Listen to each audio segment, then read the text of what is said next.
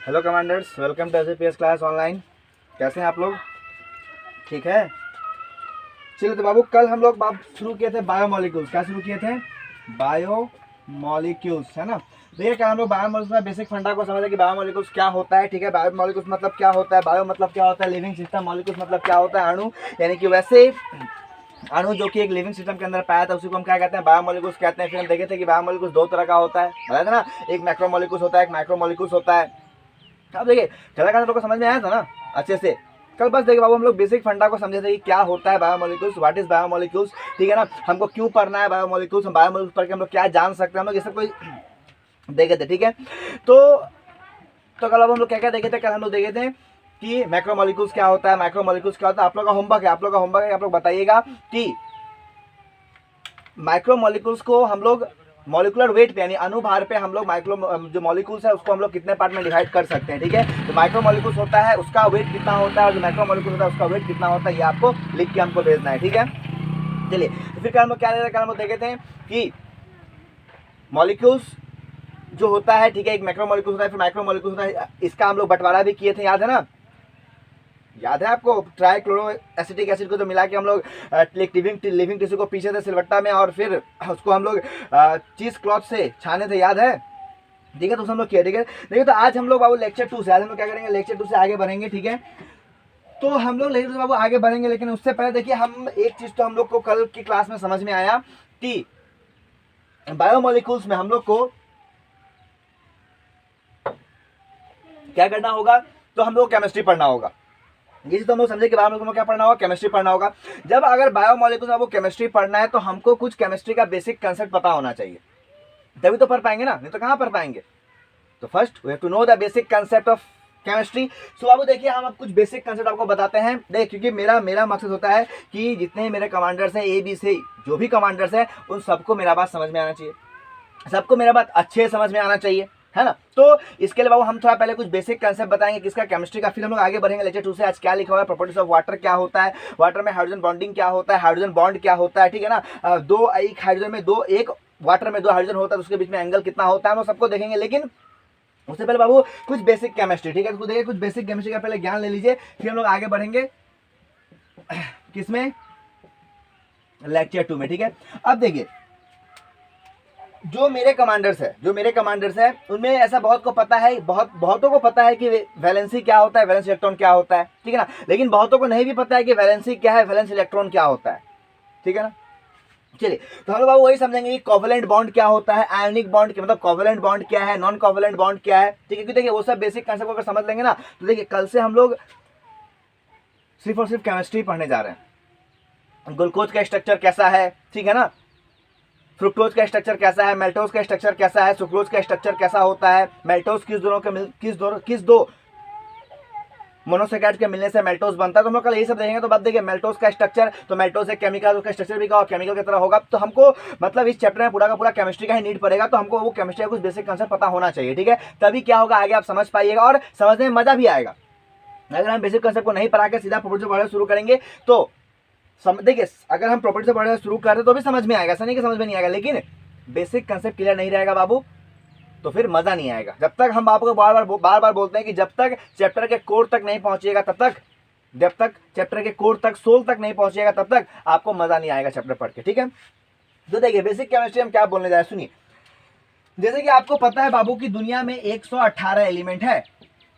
सुनिए क्या बोल रहे थे, और ये सब चीजें हम लिखेंगे बाबू, उसको लिख लीजिएगा। हम ये आज के नोट्स में सब नहीं है, क्योंकि this all are basic chemistry. ठीक है ना, क्या बोले हम, ये बेसिक केमिस्ट्री है, तो इसका नोट्स हम नहीं लिख के भेज, तो ये सब जो हम अभी लिखवाएंगे वो लिख लीजिएगा कॉपी में। ठीक है ना, जिनको देखिए जिनको नहीं पता है, जिनको जो अभी तक नहीं पढ़े इसको, वो लिख लीजिएगा। देखिए क्या बोले हम, तो 118 एलिमेंट कुल है आपका पीरियोडिक टेबल में। ठीक है, अब देखिए उस 118 एलिमेंट में क्या है, तो हाइड्रोजन है, लिथियम है, बेरिलिन है, ठीक है ना, बोरोन है, कार्बन है, ऑक्सीजन है, नाइट्रोजन है, ठीक है ना, फ्लोरीन है, नियोन है, उसके बाद सोडियम है, पोटाशियम है, फॉस्फोरस है। ठीक है ना, उसके बाद क्या है आपका, बहुत कुछ ऐसा बहुत हो, 118 एलिमेंट हम तो यहाँ पे कुछ ही का नाम लिखे हैं। ठीक है ना, 118 एलिमेंट है, हम उसमें से कुछ का नाम लिखे।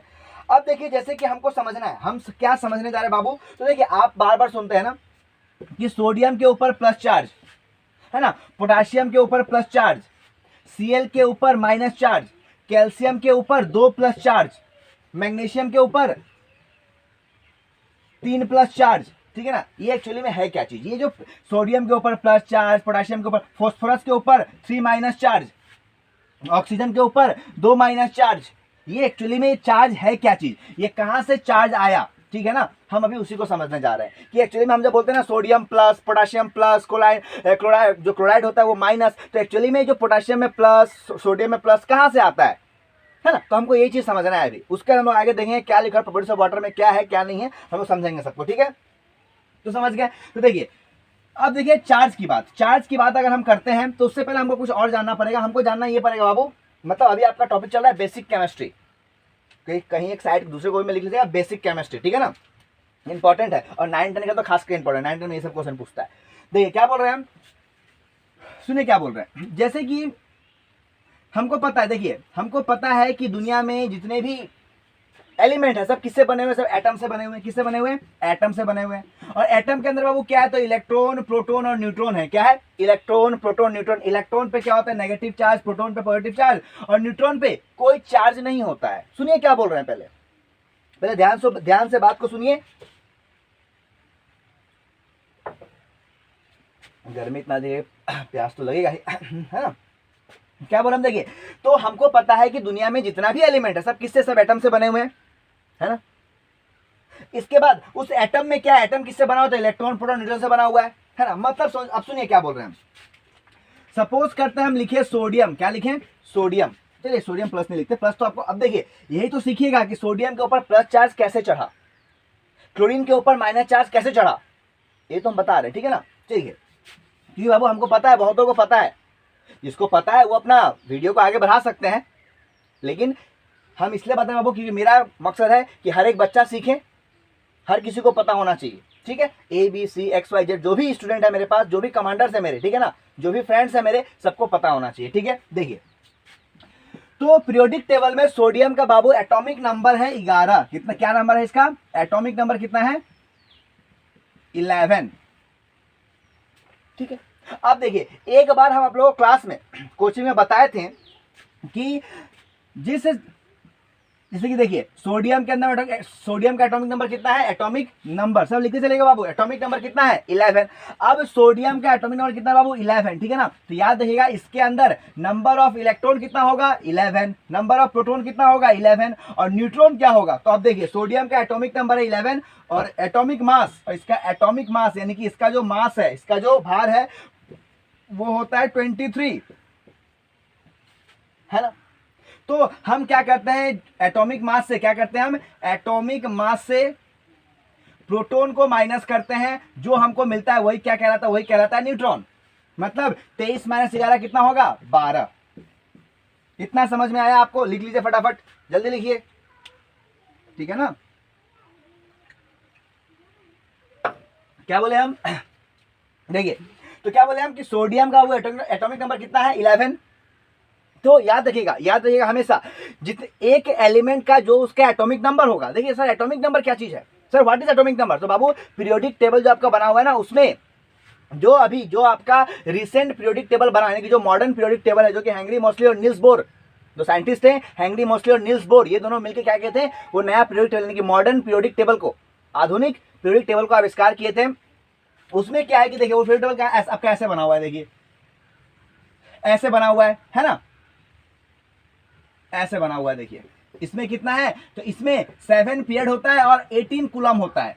जैसे कि स्ट्रेट जाएगा इसको हम लोग कहते हैं coulomb, sorry group, down the group, ठीक है। और जो ऐसे जाएगा उसको हम लोग कहते हैं पीरियड, ठीक है। यानी कि इसमें 7 पीरियड होता है और 18 ग्रुप होता है, जो मॉडर्न पीरियड टेबल है आपका, ठीक है। अब देखिए अब क्या है कि इस मॉडर्न पीरियड टेबल में जो 7 पीरियड और 18 जो ग्रुप है उसमें, ठीक है, समझिएगा बात को हम क्या बोल रहे हैं। जो इसमें 7 पीरियड 18 ग्रुप है, उसमें क्या है कि हर जितने भी एटम्स है, सॉरी जितने भी एलिमेंट्स है, सबको अपना एक नंबर दिया हुआ है। जैसे कि आपका हाइड्रोजन 1 नंबर पे है, लिथियम इधर 2 नंबर पे है, वैसे ही सोडियम 11 नंबर पे है, पोटेशियम 19 नंबर पे है, नियोन 10 नंबर पे है ना, ऑक्सीजन 8 नंबर पे है, नाइट्रोजन 7 नंबर पे है, क्लोरीन 17 नंबर पे है। मतलब उसमें हर किसी को नंबर मिला हुआ है अपना, ठीक है।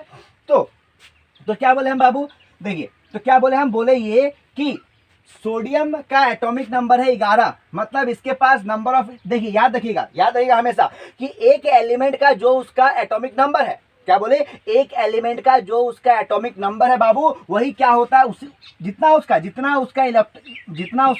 एटॉमिक नंबर है बाबू, वही क्या होगा उसमें, उतना ही इलेक्ट्रॉन होगा।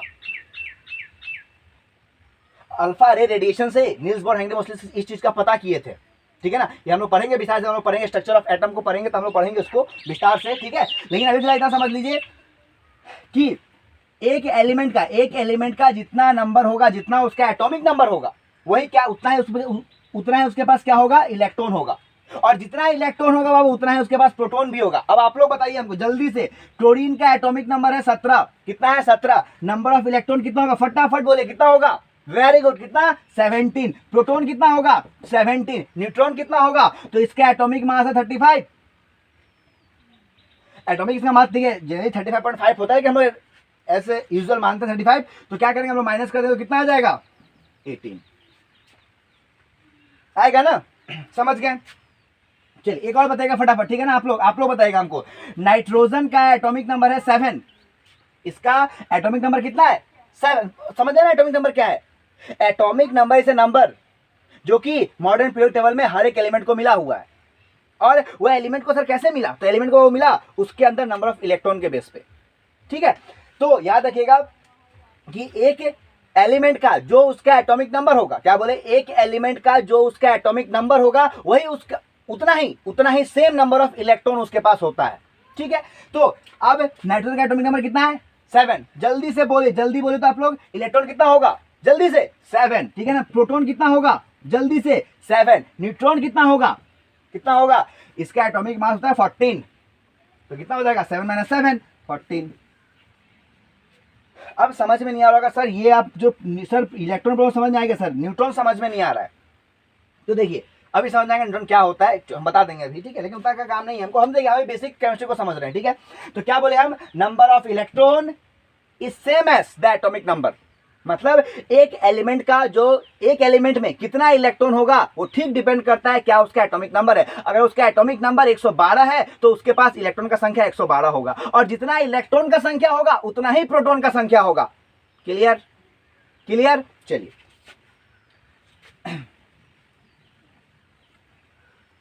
अब देखिए, अब क्या है ये समझ गए आप लोग, है ना। अब देखिए क्या बोले हम, सर ये क्यों पढ़ा रहे हैं, तो बाबू इसलिए पढ़ा रहे हैं क्योंकि बायोमोलिक्यूल्स, याद रखिएगा जिस दिन हम लोग बायोमोलिक्यूल चैप्टर खत्म करेंगे, सुनिए क्या बोल रहे हैं, जब हम लोग पूरा 15-16 लेक्चर जब बायोमोलिक्यूल्स का पढ़ लेंगे, तो याद सोच लीजिएगा कि आपका केमिस्ट्री का भी 1-2 चैप्टर खत्म हो गया, बस थोड़ा सा चेंजिंग होगा, और कहाँ चेंजिंग आएगा वो भी हम बता देंगे आपको, ठीक है।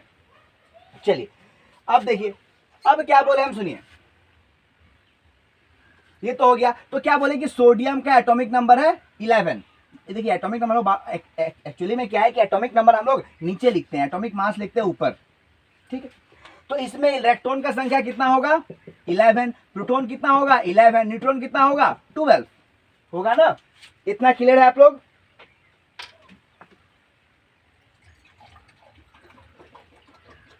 चलिए अब देखिए आगे बढ़ते हैं हम लोग, देखिए अब क्या है कि एक एलिमेंट के अंदर, सुनिए क्या बोल रहे हैं, एक एलिमेंट के अंदर इलेक्ट्रॉन अपने आप को कैसे अरेंज किया हुआ है, सुनिए क्या बोल रहे हैं। एक एलिमेंट है, मान लीजिए कि सपोज कि ये सोडियम है, ठीक है, सोडियम में इलेक्ट्रॉन का संख्या कितना है 11। अब जो सोडियम में इलेक्ट्रॉन का संख्या 11 है, ठीक है ना, तो वो 11 इलेक्ट्रॉन जो है वो कैसे अरेंज है, अपने आप को कैसे स्टेब्लिश किया हुआ है, कैसे अपने आप को अरेंज किया हुआ है एक एलिमेंट्स के अंदर, देखते हैं कैसे अरेंज किया हुआ है, सुनिए कैसे अरेंज किया हुआ है। देखिए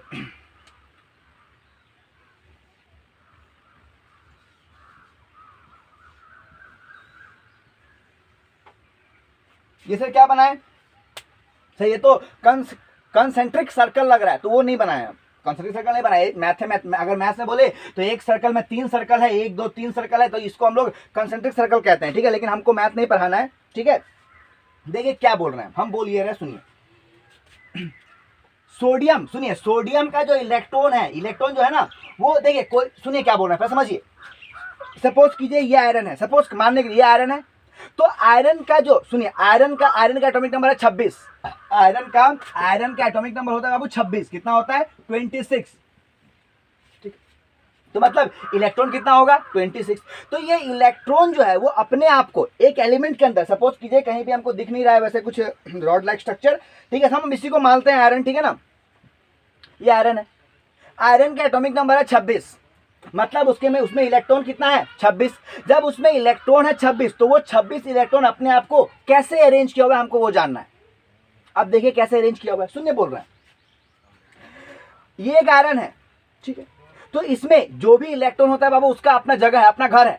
ऐसा नहीं कि अगर सोडियम में 11 है तो वो 11 कहीं भी अरेंज हो जाएगा, नहीं, सबका अपना जगह है कि हाँ तुम इतना ही। जैसे देखिए इसमें क्या है, 3 घर है ना, 1 घर 2 घर 3 घर है ना, तो इसका अब कौन सा घर में, सुनिए कौन सा घर में कितना इलेक्ट्रॉन होगा, क्या बोल रहे हैं, कौन सा घर में कितना इलेक्ट्रॉन होगा, ये डिपेंड करता है इलेक्ट्रॉनिक कॉन्फ़िगरेशन पे।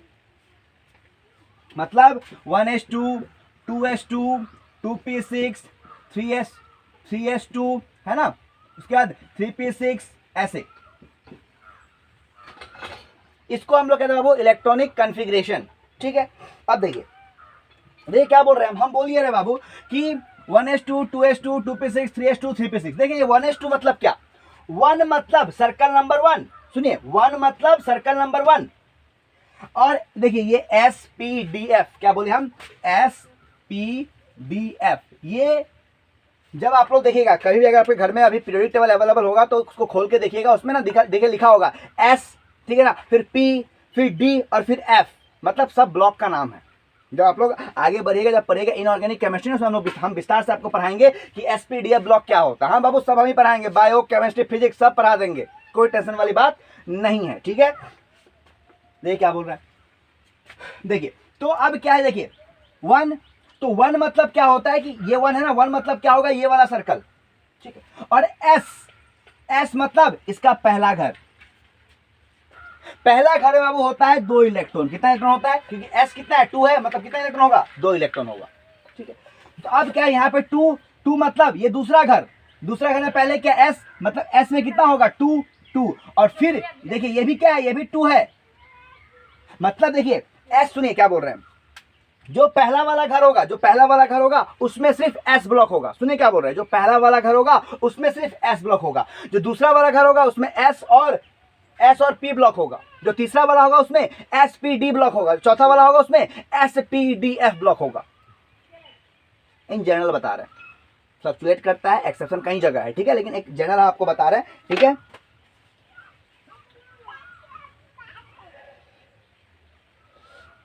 ठीक है, देखिए तो क्या बोले हम, अब देखिए ये यहां भी 2 है और यहां भी 2 है, मतलब ये दोनों ये दूसरे वाले घर के लिए है ना, मतलब इसमें 2 और 6 यानी कि S2 और प्लस कितना होगा, P6 होगा ना। अब देखिए अब तीसरे वाला घर आए, तीसरे वाले घर पे आइए, S के पास कितना है 2, मतलब S में कितना होगा 2, होगा कि नहीं होगा, समझ रहे बात, S में कितना होगा 2।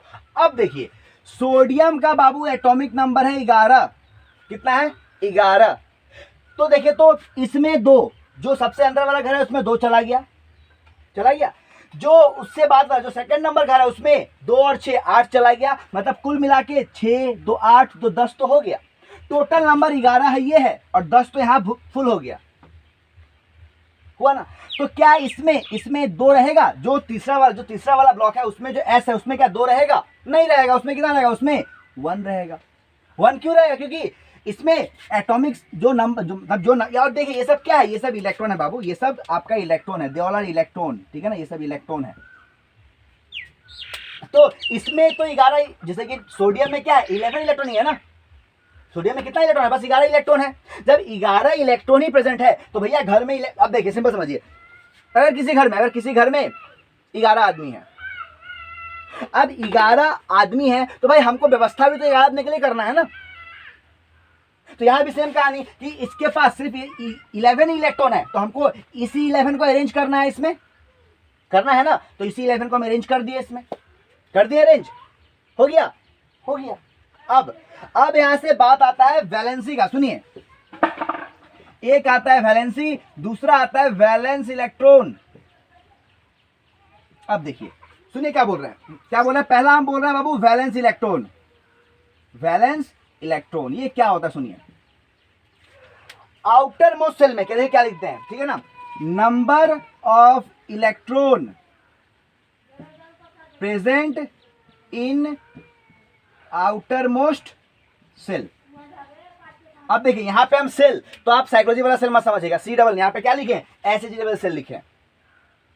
क्या बोले हम, देखिए तो वैलेंस करने का मतलब क्या है कि number of electron present in outermost shells, यानी कि देखिए अब इसका आउटर मोस्ट सेल्स कौन सा है, ये जो सोडियम का आउटर मोस्ट सेल्स कौन सा है, ये तो इनर हो गया, ये मिडिल वाला हो गया, आउटर कौन हो गया, ये वाला आउटर हो गया, आउटर मोस्ट सेल हो गया। तो आउटर मोस्ट सेल्स में कितना इलेक्ट्रॉन है, देखिए तो एक, मतलब इसका वैलेंस कितना हो गया सोडियम का, एक।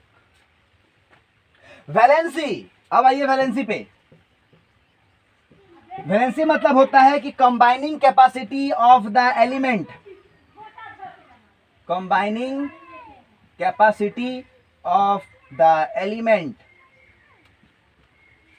मतलब देखिए कंबाइनिंग कैपेसिटी कहने का मतलब क्या, कि जो सोडियम है वो अगर किसी से जुड़ेगा, मतलब जो सोडियम एक एलिमेंट है, ये किसी दूसरा एलिमेंट से जुड़ के जब मॉलिक्यूल्स बनाएगा, सुनिए क्या बोल रहा है, ये एक सोडियम एलिमेंट है, जब ये किसी दूसरा एलिमेंट से जुड़ेगा और मॉलिक्यूल्स को फॉर्म करेगा, तो ये अपना कितना इलेक्ट्रॉन को या तो देगा या फिर लेगा।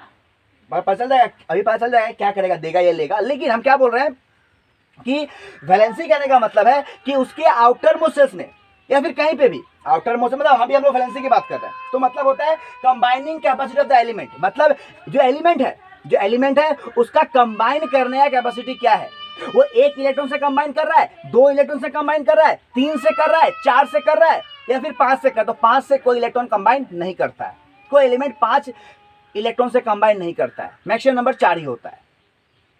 अब बताइए, तो अब देखिए सपोज कि इसको की से जुड़ना है, इसको क्या बोले, की से जुड़ना है। अगर इसको जब किसी से बाबू जुड़ना है तो इसका आउटर वाला जो जुड़ेगा ना, आउटर वाले से थोड़ी अंदर से आएगा जुड़ने, नहीं आएगा, ये आउटर वाले से क्या होगा, आउटर वाला जुड़ेगा ना। तो देखिए, तो इसके आउटर वाले में कितना इलेक्ट्रॉन है, एक, मतलब इसका वैलेंसी कितना हो जाएगा, एक। तो सोडियम का वैलेंस इलेक्ट्रॉन कितना, एक, वैलेंसी कितना, एक। जल्दी से इसको उतार लीजिए या फिर स्क्रीनशॉट ले लीजिए जल्दी से।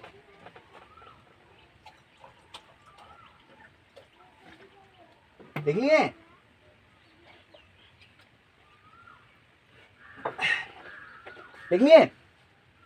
हो गया, समझ गया। अब सोच रहे होंगे सर क्या समझ में आया, देखिए समझ में आया valency valence electron. Valence electron कहने का मतलब है कि आउटर मोस्ट सेल्स में जितना इलेक्ट्रॉन होगा उसको हम लोग कहते हैं वैलेंस इलेक्ट्रॉन। और जितना इलेक्ट्रॉन्स दूसरे एलिमेंट से कंबाइन होने के लिए, मतलब जुड़ने के लिए पार्टिसिपेट करेगा, उसको हम लोग कहते हैं valency. Have you all got my point? समझ में आया क्या बोले हम, कि जितना इलेक्ट्रॉन सबसे आउटर मोस्ट में होगा उसको हम लोग कहेंगे वैलेंस इलेक्ट्रॉन। और जो इलेक्ट्रॉन दूसरे से जुड़ने के लिए, देखिए जितना इलेक्ट्रॉन, आप समझिए, ये समझ गए, लिख लेना, दूसरा हम बनाते हैं। देखिए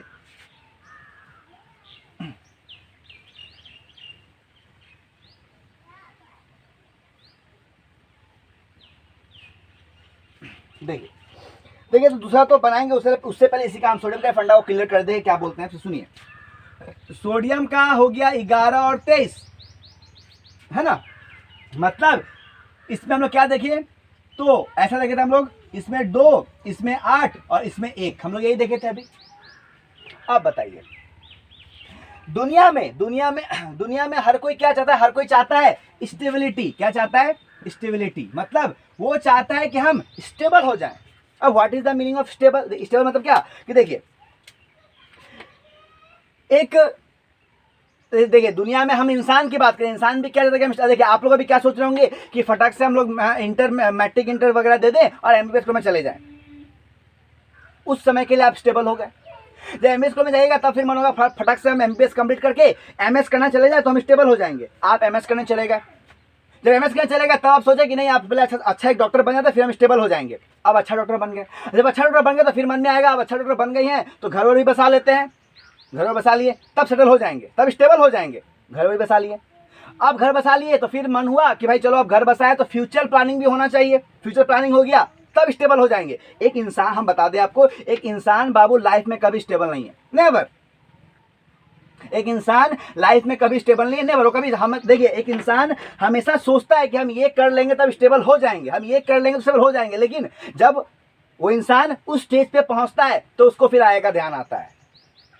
जैसे हम भी क्या सोच रहे हैं कि भैया एक बढ़िया नौकरी वोकरी हो जाए, फिर एमबीबीएस वगैरह हो जाए हमसे तो हम भी स्टेबल हो जाएंगे। नहीं, एमबीबीएस में जाएंगे तो फिर मन आएगा एमएस का, फिर मन आएगा पीजी का वगैरह वगैरह मतलब वो कर लेते हैं, वो कर लेते हैं, वो कर लेते हैं, फिर मन आएगा हम भी कर ही लेते हैं, ठीक है ना, फिर मन आएगा फ्यूचर प्लानिंग भी कर ही लेते हैं। तो वैसे में a man is never stable. वो मैं, एक इंसान हमेशा बच्चा से लेके डेथ तक, यानी कि जन्म से लेके डेथ तक वो कभी स्टेबल नहीं होता। खैर, हम लोग यहाँ पे इंसान का फंडा नहीं लेना, हम बस समझा दिए आपको। लेकिन फिर भी हम ये तो मानते हैं ना कि देखिए, आप भी सोच रहे होंगे कि ठीक है एमबीबीएस में एडमिशन हो जाएगा तो एक हम लोग ऐसा समझ सकते हैं कि एमबीबीएस कॉलेज में अगर एडमिशन हो गया आपका तो आप 90% स्टेबल तो हो गए आप। अब देखिए क्या है, यहां से क्या फंडा आया, मतलब दुनिया में हर कोई चाहता है स्टेबिलिटी, कि हम भैया स्टेबल हो जाएं। अब तो वैसे ही हर एक एलिमेंट भी क्या चाहता है कि हम स्टेबल हो जाएं। क्या हो जाएं? स्टेबल हो जाएं। अब अगर इंसान को स्टेबल होना है तो उसको जॉब लेना होता है, उसको शादी विवाह करना होता है, तब वो स्टेबल माना जाता है। लेकिन अगर सोडियम को स्टेबल होना है तो क्या करना होगा, मतलब एक एलिमेंट को अगर स्टेबल होना है तो उसको ऑक्टेट रूल को फॉलो करना होगा। उसको octet rule, sir what is the meaning of octet rule? तो बाबू ऑक्टेट रूल का मतलब होता है कि इसके आउटर मोस्ट, सुनिए, इसके आउटर मोस्ट सेल में, यानी क्या बोले हम, इसके आउटर मोस्ट सेल में, ठीक है ना, नंबर ऑफ इलेक्ट्रॉन 8 हो जाए तो ये कहलाता है ऑक्टेट। देखिए इसके आउटर मोस्ट सेल्स में, इसके ये हो गया आउटर मोस्ट सेल्स, है ना, ये क्या है, ये आउटर मोस्ट सेल्स है। अब इसके आउटर मोस्ट सेल्स में अगर 8 इलेक्ट्रॉन हो जाता है तो ये कहलाएगा स्टेबल। क्यों? क्योंकि 8 अगर इलेक्ट्रॉन को पूरा कर लिया तो मतलब वो ऑक्टेट रूल को फॉलो कर लिया। देखिए जैसे कि हम बात करते हैं नियॉन का, नियॉन एटॉमिक नंबर है 10, 1s2 2s2 2p6, 2 2 4 6 10, मतलब यहां 2 और इसमें 8 हो गया 10। इसलिए तो हम लोग कहते हैं कि नियॉन क्या है, स्टेबल है। नियॉन क्या है, ये स्टेबल कंपाउंड है, सॉरी स्टेबल एलिमेंट है ना? नियॉन देखिएगा ग्रुप नंबर 18 यानी कि पीरियोडिक टेबल का सबसे अंतिम में देखिएगा तो उसको हम लोग कहते हैं ग्रुप नंबर 18। तो ग्रुप नंबर 18 में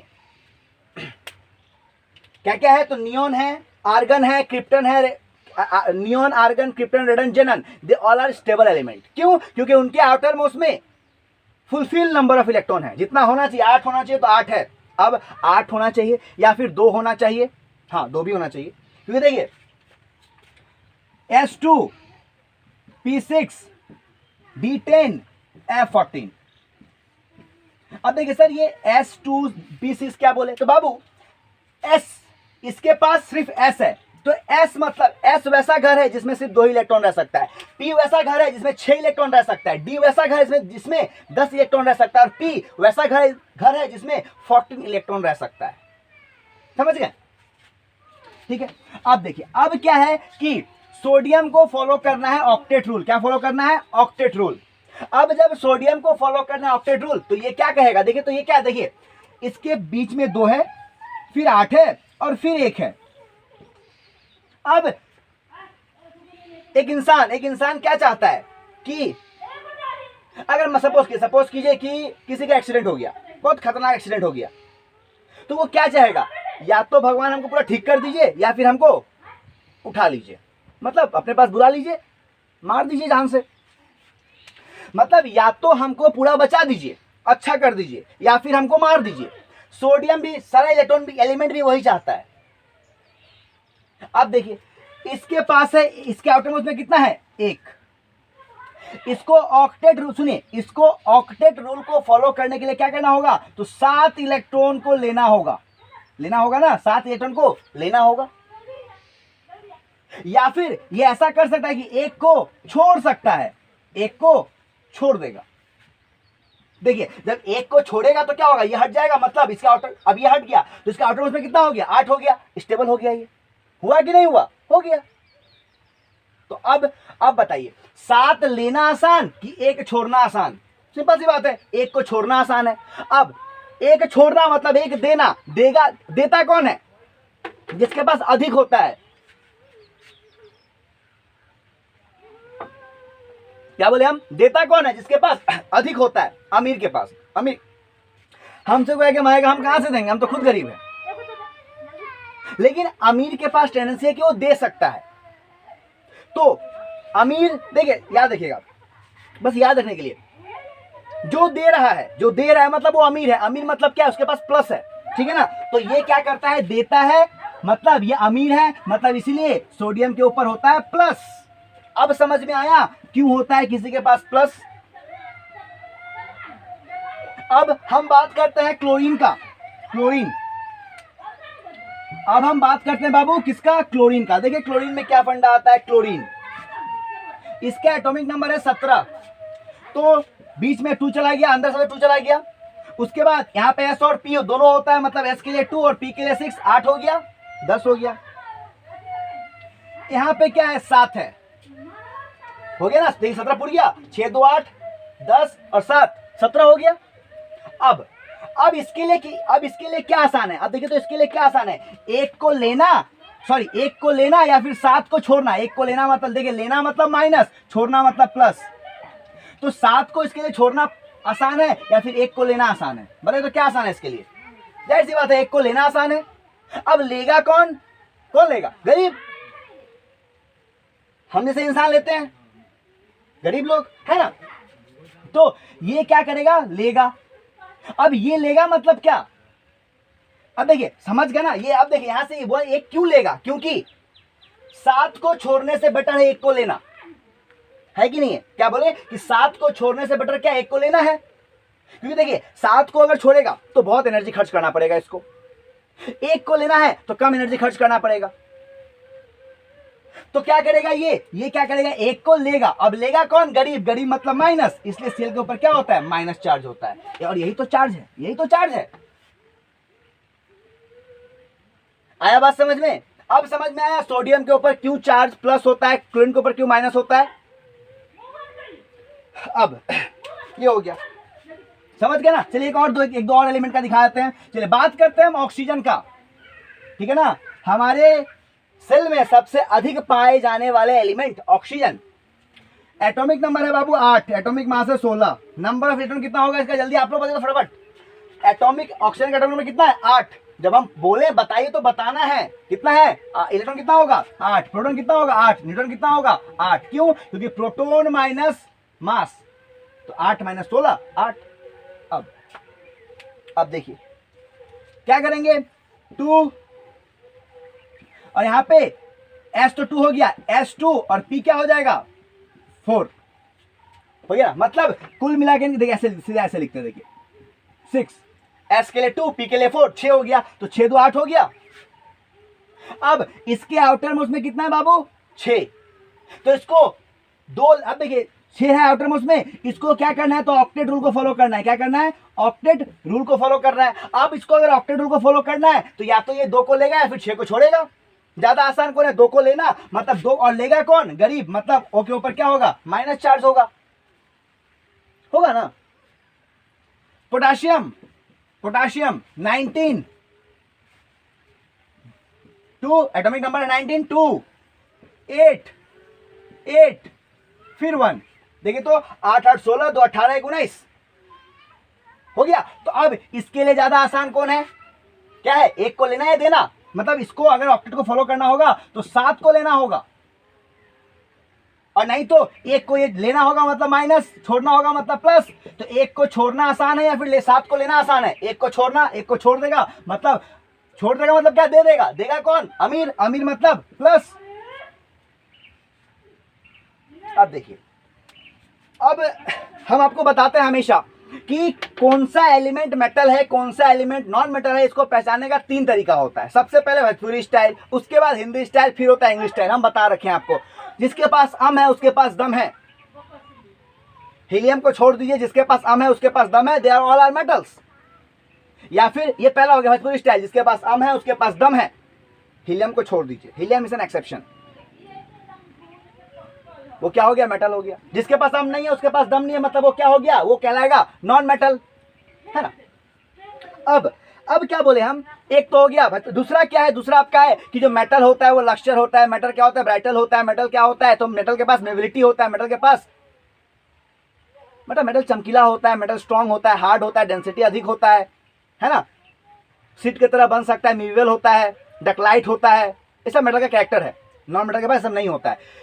तीसरा पहचानने का तरीका ये भी है कि कौन सा एलिमेंट आपका मेटल है, कौन सा एलिमेंट आपका नॉन मेटल है, वो पहचानने का तरीका, सबसे स्टैंडर्ड तरीका यही है।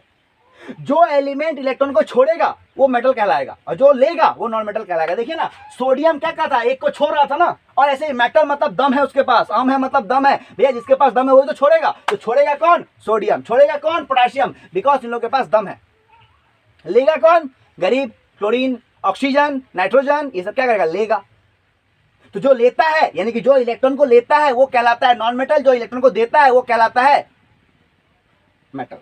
ठीक है, समझ गए ये फंडा। अब एक बात और बेसिक केमिस्ट्री में देखिए, आप लोगों में भी समझाएं ये बाबू कि किसी भी एलिमेंट के ऊपर चार्ज मतलब क्या है, व्हाट इज द चार्ज, समझ गया, चार्ज यही चार्ज है, वैलेंसी से हम लोग चार्ज का निर्माण करते हैं।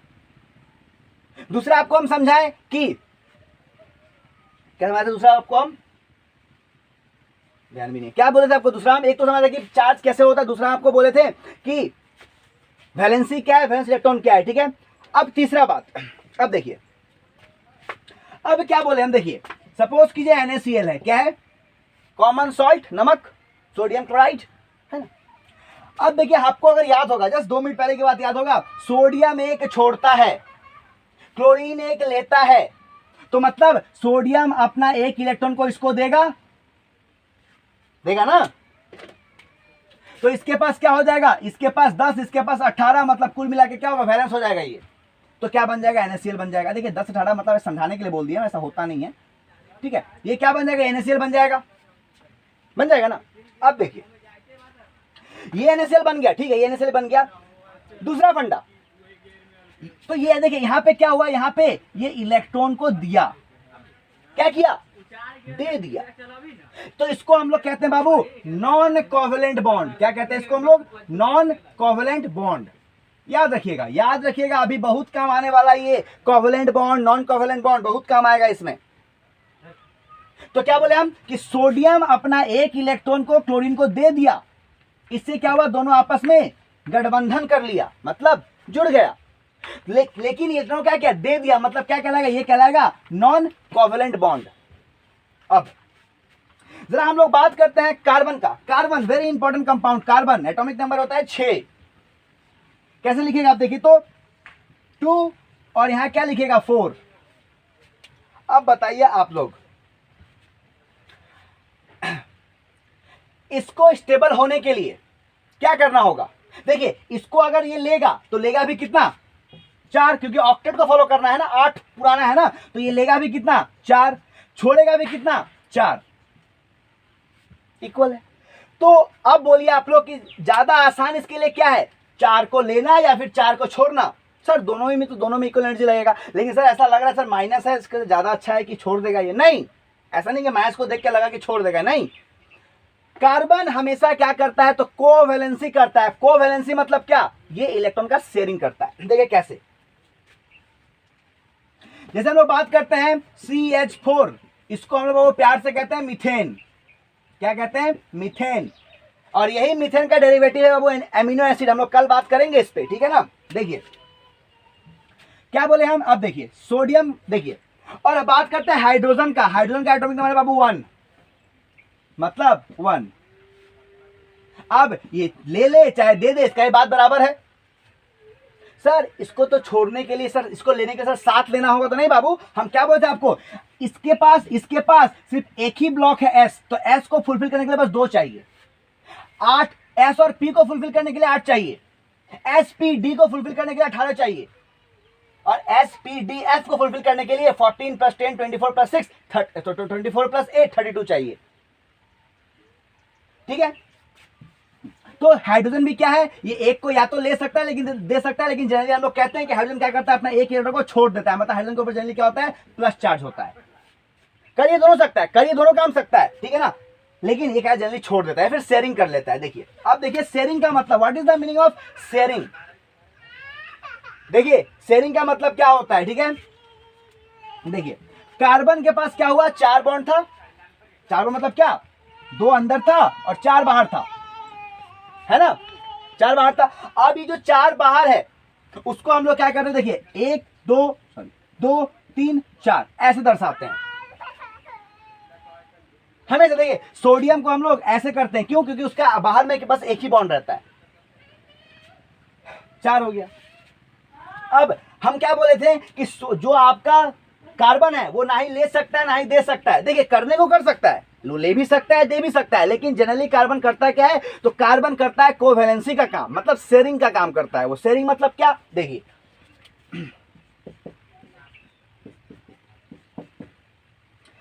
हाइड्रोजन के पास कितना इलेक्ट्रॉन है बाबू, 1, सबके पास 1 होगा, कार्बन के आउटर मोस्ट में कितना है, 4। अब देखिए एक बात याद रखिएगा, जब हम लोग बनाते हैं बॉन्ड, ऐसा बॉन्ड जब बनाते हैं ना, तो हम लोग, ये कार्बन है, ये क्या है, कार्बन है, ठीक है ना, तो हम लोग क्या करते हैं, जो कार्बन का आउटर मोस्ट, क्या बोले, कार्बन का आउटर मोस्ट सेल्स में जो इलेक्ट्रॉन होगा बस उसी को दर्शाते हैं बॉन्ड से। जैसे कि हम लोग कार्बन कैसे देखिए, ऐसे लिखेंगे डॉटेड, इसको हम लोग कहते हैं इलेक्ट्रॉन डॉट स्ट्रक्चर, ठीक है ना। देखिए 4 है तो 1 2 3 4, ये शो कर रहा है कि कार्बन के पास इसका वैलेंसी भी 4 है, इसका वैलेंसी इलेक्ट्रॉन भी 4 है। सोडियम को हम लोग ऐसे दर्शाते हैं, मतलब 1 क्यों, आटोमस में 1 था, है ना। चलिए अब देखिए, तो इसके पास था 4 इलेक्ट्रॉन, इसको फॉलो करना है ऑक्टेट रूल, इसको होना पड़ेगा 8, होना पड़ेगा ना, पड़ेगा नहीं पड़ेगा, होना पड़ेगा। अब देखिए अगर इसको 8 होना है, क्या बोले हम, अगर इसको 8 होना है, ठीक है, तो ये क्या करेगा, शेयरिंग करेगा, कितना इलेक्ट्रॉन का, तो 4 इलेक्ट्रॉन का शेयरिंग करेगा, क्योंकि 4 तो इसके पास ऑलरेडी है, कितना लेगा ये, 4 को लेगा। अब देखिए 4 लेगा नहीं, सॉरी लेगा नहीं, शेयरिंग करेगा, ये कार्बन का अपना हो गया, ये कार्बन का हो गया और ये हाइड्रोजन का हो गया। अब देखिए यहां से ऐसा शेयरिंग करता है, ये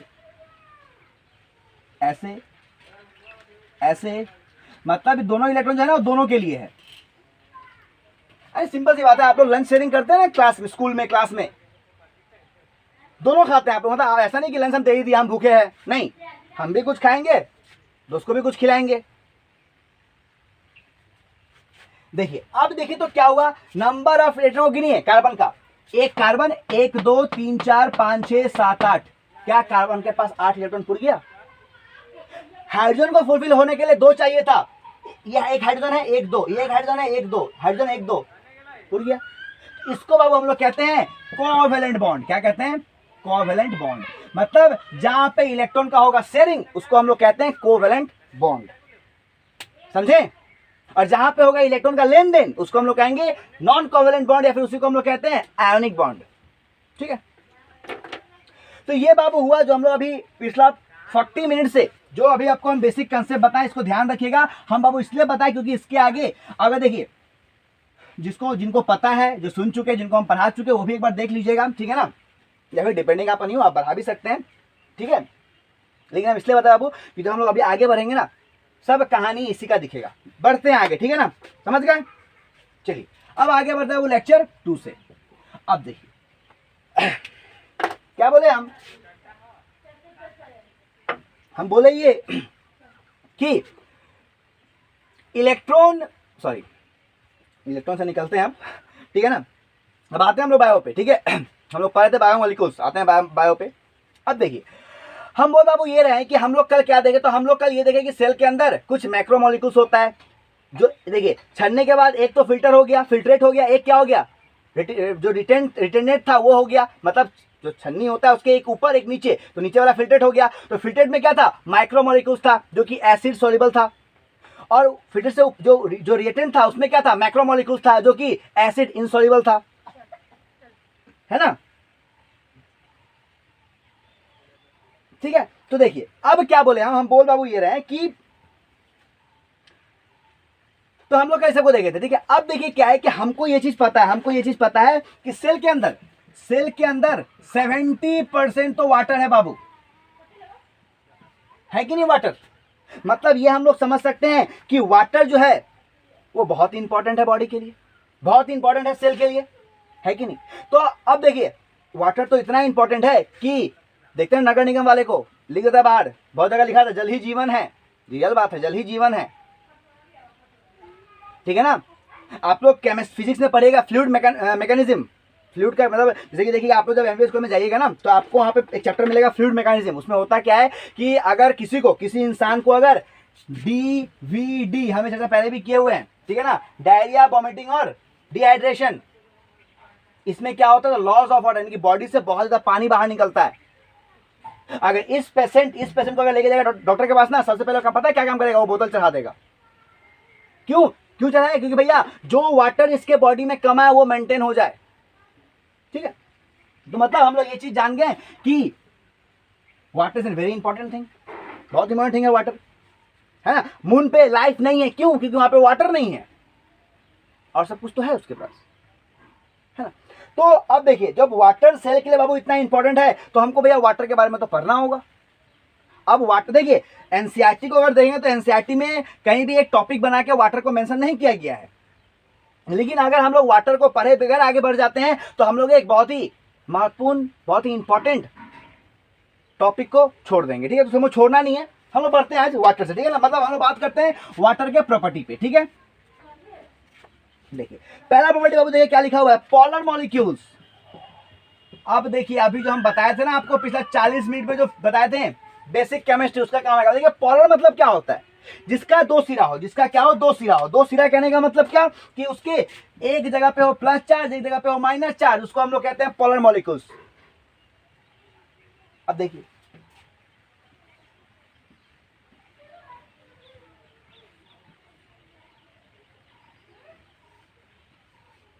ये हो गया ऑक्सीजन, ये हो गया हाइड्रोजन, ये हो गया हाइड्रोजन। ऑक्सीजन पे क्या चार्ज था, ऑक्सीजन क्या किया था, दो इलेक्ट्रॉन को लिया था, मतलब इसके ऊपर चढ़ेगा माइनस चार्ज, और हाइड्रोजन क्या किया था, एक को छोड़ दिया था, मतलब इसके ऊपर चढ़ेगा प्लस चार्ज। मतलब देख रहे हैं वाटर का क्या है, वाटर का एक एंड क्या है पॉजिटिव, दूसरा एंड क्या है नेगेटिव। और वैसे कोई भी एलिमेंट, वैसे कोई भी मॉलिक्यूल्स जिसका दो सिरा हो और एक अलग चार्ज का हो दूसरा अलग चार्ज का हो, एक पॉजिटिव हो एक नेगेटिव, उसको हम लोग कहते हैं पोलर मॉलिक्यूल्स। मतलब वाटर क्या है आपका, पोलर मॉलिक्यूल्स है, दिख रहा है ना। उसके बाद वाटर के बाद दूसरा प्रॉपर्टी क्या है इसका, तो पहला प्रॉपर्टी हो गया। दूसरा प्रॉपर्टी क्या है इसका, कोहेशन। मतलब कोहेशन प्रॉपर्टी कहने का मतलब क्या है, देखिए वाटर मॉलिक्यूल, सुनिए वाटर मॉलिक्यूल्स के बीच में, देखिए सपोज कीजिए ये एक वाटर मॉलिक्यूल्स है ना, हम क्या करते हैं यहाँ पे एक और वाटर मॉलिक्यूल्स बनाते हैं। देखिए ये क्या किया, हम एक और वाटर मॉलिक्यूल्स को बनाए, negative charge positive charge positive charge. देखिए तो क्या बोले, ये पॉजिटिव चार्ज को देख रहे हैं और ये नेगेटिव चार्ज है, तो आपको तो पता है पॉजिटिव नेगेटिव क्या करता है, अट्रैक्ट करता है। तो ये क्या करेगा, इसको आपस में अट्रैक्ट कर लेगा, इसको करेगा ना, मतलब पता चल रहा है कैसे अट्रैक्ट करेगा ये।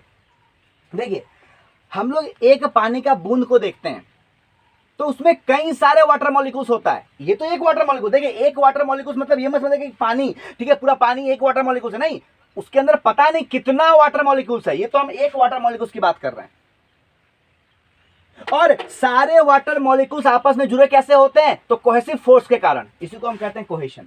और वो कोहेसिव फोर्स कैसे आता है, तो एक वाटर मॉलिक्यूल्स के पास प्लस माइनस चार्ज है, फिर दूसरा वाटर मॉलिक्यूल्स के पास प्लस माइनस चार्ज है, और वही प्लस माइनस चार्ज जो है वो अट्रैक्ट कर लेता है, ये प्लस ये माइनस अट्रैक्ट कर लिया, ठीक है, इसी को हम कहते हैं कोहेसिव फोर्स। तीसरा है एडहेशन। देखिए एडहेशन मतलब क्या है कि अगर हम देखिए आप जेली को हाथ में लीजिए, जब जेली को हाथ में लीजिएगा बाबू तो वो मतलब जहां लीजिएगा उस जगह, मतलब अगर हाथ में ऐसे लिए, ठीक है ना, और लेके उसको ऐसे ऐसे कर रहे हैं, ठीक है ना, तो वो आपका हाथ को गीला नहीं करेगा वो। लेकिन अगर आप वाटर को लेते हैं तो पूरा हाथ को गीला कर देगा। तो मतलब जो वाटर होता है ना, जो वाटर है उसके पास सरफेस को गीला करने का क्षमता है, वही उसका एडेशन फोर्स है। और एडेशन देखिए हम बोल ये रहे थे, देखिए पहले तो इसको जान लीजिए कि जो यहाँ पे जो ये आप क्या बताते हैं, कोहेशन बताते हैं, ये क्या है, ये कोहेशन है। कोहेशन मतलब क्या होता है कि देखिए हाइड्रोजन का पॉजिटिव चार्ज ऑक्सीजन का नेगेटिव चार्ज से क्या करेगा, अट्रैक्ट करेगा। इसको हम लोग कहते हैं बाबू हाइड्रोजन बॉन्डिंग। क्या कहते हैं, हाइड्रोजन बॉन्डिंग। और एक बात आपको और बता दें, दो मॉलिक्यूल्स के बीच में, सुनिए, दो मॉलिक्यूल्स के बीच में जो हाइड्रोजन बॉन्डिंग होता है ना, ये सबसे स्ट्रॉन्ग बॉन्ड है, जल्दी ये टूटता नहीं है। क्या पानी के ऊपर छर मारने से क्या पानी टूट जाता है, नहीं टूटता है। क्यों, क्योंकि इसका जो कोहेसिव फोर्स है, वो जो कोहेसिव फोर्स में क्या है, तो हाइड्रोजन बॉन्ड है, वो बहुत, अब आगे हम लोग बात करेंगे, वो क्या है, सबसे स्ट्रॉन्गेस्ट होता है। अब दूसरी बात क्या है, एडहेसिव। एडहेसिव मतलब क्या होता है, वाटर के पास वो क्षमता है, सुनिए, वाटर के पास वो क्षमता है कि वो किसी भी इसको गीला कर सकता है, ठीक है, ये उसका एडहेशन, उसका एडहेसिव प्रॉपर्टी है, ठीक है। चौथा है आपका हाई, ये तीसरा क्या हो गया आपका, एडहेशन। चौथा है बाबू इसका आपका high specific heat. High specific heat, इसका मतलब क्या, मतलब ये कि देखिए, वाटर जल्दी गर्म भी नहीं होता है, जल्दी ठंडा भी नहीं होता है। सुनिए क्या बोल रहे हैं, अगर आपको जनरली अगर 1 ग्राम सब्सटेंस आपके पास है, सुनिए क्या बोल रहे हैं, अगर आपके पास 1 ग्राम कोई, मतलब सपोज कीजिए कोई भी सब्सटेंस, कोई भी दूसरा सब्सटेंस अगर 1 ग्राम आपके पास है, उसका अगर आपको टेम्परेचर को बढ़ाना है तो उसको 1 डिग्री से टेम्परेचर को, जिस, सुनिए, कोई एक टेम्परेचर पे वो रह रहा है, सपोज कीजिए पानी को छोड़ के हम बात करते हैं, पानी को छोड़ के कोई भी एक दूसरा लिक्विड ही है, मिल्क की बात करते हैं, या फिर कोई दूसरा हम लोग जेली की बात करते हैं, जम्स की, जम जो होता है जेम्स, उसकी बात करते हैं, ठीक है। तो उसको अगर आपको गर्म करना है, उसका अगर 1 ग्राम सब्सटेंस को अगर गर्म करना है, देखिए सपोज कीजिए, समझिए क्या बोल रहे हैं, कंफ्यूज मत कीजिए। हम बात करें कि हाई स्पेसिफिक हिट मतलब क्या होता है, मतलब बाबू ये होता है कि सुनिए, सपोज कीजिए कोई एक सब्सटेंस है, ठीक है, ये क्या है, मान लीजिए नॉर्मल क्या है, 99 डिग्री टेम्परेचर पे रह रहा है, भी रह रहा है, आराम से रह रहा है ये, ठीक है। अब इसका अगर 1 ग्राम सब्सटेंस को अगर आपको, अगर इसका 1 ग्राम सब्सटेंस, इसका 1 ग्राम सब्सटेंस, मान लीजिए कि 1 ग्राम सब्सटेंस कितना है, ये 1 ग्राम सब्सटेंस है, अगर आपको 1 ग्राम सब्सटेंस को टेम्परेचर को बढ़ाने के लिए इसको क्या करना होगा, तो 1 डिग्री से हीट प्रोवाइड करना होगा। अगर इसका टेम्परेचर को आपको घटाना है तो क्या करना होगा, इससे 1 डिग्री से हीट को निकाल लेना होगा। लेकिन वाटर का क्या कंडीशन है कि वाटर जल्दी गर्म भी नहीं होगा, जल्दी ठंडा भी नहीं होगा। हाँ, ये इसका स्पेसिफिक प्रॉपर्टी है। देखिए मतलब क्या है कि अचानक, देखिए जो एक्वेटिक लाइफ है, यानी कि वैसा लाइफ जो कि पानी में, जो एक्वेटिक लाइफ है वो क्या है, उसके लिए वरदान है। क्यों, क्योंकि बाहर कितना भी गर्म हो लेकिन जल्दी पानी गर्म नहीं होगा, बाहर कितना भी ठंडा हो जल्दी पानी नहीं, आइस नहीं बन रही, जल्दी ठंडा नहीं होगा पानी, मतलब इसका हाई स्पेसिफिक हीट है, समझ गया। दूसरा इसके बाद क्या है, हाई हीट ऑफ वेपराइजेशन। अगर वाटर को मतलब वाटर को अगर वेपराइज करना है, उड़ाना है, तो उसको बहुत ज़्यादा उष्मा प्रोवाइड करना होगा, उसमें मतलब हीट, बहुत ज़्यादा हीट देना होगा उसको, ठीक है। और सबसे नीचे क्या है कि लेस डेंस है सॉलिड। वाटर एक फ्लूइड की, हम लिक्विड की बात करते हैं, लिक्विड फॉर्म की बात करते हैं, लिक्विड वाटर का डेंसिटी, और सॉलिड वाटर मतलब आइस की बात करें हम, सॉलिड वाटर का डेंसिटी।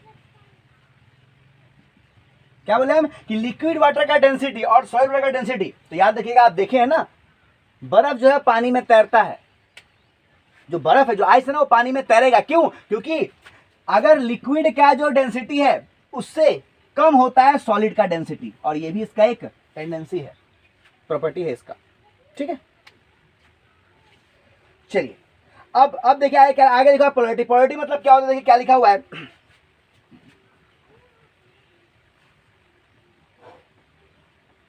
देखिए क्या लिखा हुआ है, a water molecules is a polar because there is an uneven distribution of electron. अब समझ में आ रहा होगा, electron between the oxygen hydrogen atom. मतलब क्या, देखिए जो वाटर मॉलिक्यूल्स है, ठीक है ना, तो वो देखिए जो वाटर मॉलिक्यूल्स है, क्या हम अभी टॉपिक हम लोग पढ़ा है पोलैरिटी। पोलैरिटी मतलब क्या होता है कि a water molecules is polar. Water molecule क्या है, पोलर। क्यों, क्योंकि उसमें डिस्ट्रीब्यूशन है किसका, हाइड्रोजन ऑक्सीजन, मतलब एक तरफ ऑक्सीजन माइनस, दूसरी तरफ हाइड्रोजन प्लस, फिर दूसरा होगा एक तरफ ऑक्सीजन, दूसरी तरफ क्या होगा प्लस, मतलब यही तो प्लस माइनस क्या है, फोर्स लगा के पानी को इकट्ठा किया रहता है ना, समझ गए। और आपको हम बता दें, कल भी हम चर्चा किए थे कि वाटर जो है वो बेस्ट मीडियम है, वाटर जो है वो बेस्ट रिएक्टेंट है, वाटर जो है वो बेस्ट रिएजेंट है, इसलिए हम लोग वाटर को गोल्डन मॉलिक्यूल्स कहते हैं। क्यों? क्योंकि वाटर के ऐसा दुनिया में कोई मॉलिक्यूल्स नहीं है, ठीक है ना। क्योंकि वाटर एक मीडियम का काम भी करता है, वाटर एक रिएजेंट का काम भी करता है, वाटर एक रिएक्टेंट का काम भी करता है, ठीक है। चलिए अब देखिए कुछ ड्राइंग बना हुआ है आपके बगल में, देख लीजिए क्या है। तो देखिए ड्राइंग क्या है आपका, अभी तो हम ड्राइंग बनाए थे, वही ड्राइंग है। देखिए ये एक हो गया ऑक्सीजन, ये हो गया हाइड्रोजन, ये ऑक्सीजन माइनस, ये हाइड्रोजन प्लस और प्लस। और याद रखिएगा दो हाइड्रोजन बीच का जो एंगल है, ये ऑक्सीजन है, ऐसे बना होता है बाबू, ऐसे ऑक्सीजन का मॉलिक्यूल्स होता है, इसका दोनों का एंगल, के जो बीच का एंगल उसका एंगल होता है 104.5 डिग्री सी। मतलब ऐसा समझ लीजिए कि बीच में ऑक्सीजन हो गया, ये ऑक्सीजन हो गया, अब इसके ये ऑक्सीजन हो गया, इसके दोनों तरफ क्या होगा, ऐसे दोनों तरफ क्या होगा, ऐसे ऑक्सीजन हो गया, इसके दोनों तरफ क्या निकला होगा, हाइड्रोजन बॉन्ड। तो उन दोनों हाइड्रोजन बॉन्ड के बीच में जो बॉन्डिंग होता है ना, जो दोनों हाइड्रोजन बॉन्ड के बीच में, ये हाइड्रोजन है, ये हाइड्रोजन है, इसके बीच में जो एंगल होता है ना वो क्या होता है 104 डिग्री, मतलब 104 डिग्री का होता है, 104.5 डिग्री का होता है। लेकिन ये ऐसा नहीं कि स्टेबल होता है, मूव। जैसे कि यहाँ देखिए, यहाँ से यहाँ तक 104.5 डिग्री तो बन गया, लेकिन ऐसा नहीं कि इतना फिक्स हो गया, ये मूव भी करते रहता है, थोड़ा सा ये नीचे भी आ सकता है, थोड़ा सा इधर भी जा सकता है, ठीक है। लेकिन जनरली हम लोग मानते हैं कि वाटर मॉलिक्यूल्स में, सुनिए क्वेश्चन है, वाटर मॉलिक्यूल्स में दो हाइड्रोजन वाटर मॉलिक्यूल्स के बीच में जो दो हाइड्रोजन एटम होता है उसके बीच में कितना डिग्री का एंगल होता है, तो बाबू 104.5 डिग्री, ठीक है। केमिस्ट्री में काम आएगा, ठीक है। ये एक हो गया। दूसरा एक और बना दिया आपको, यहां पे देख लीजिए,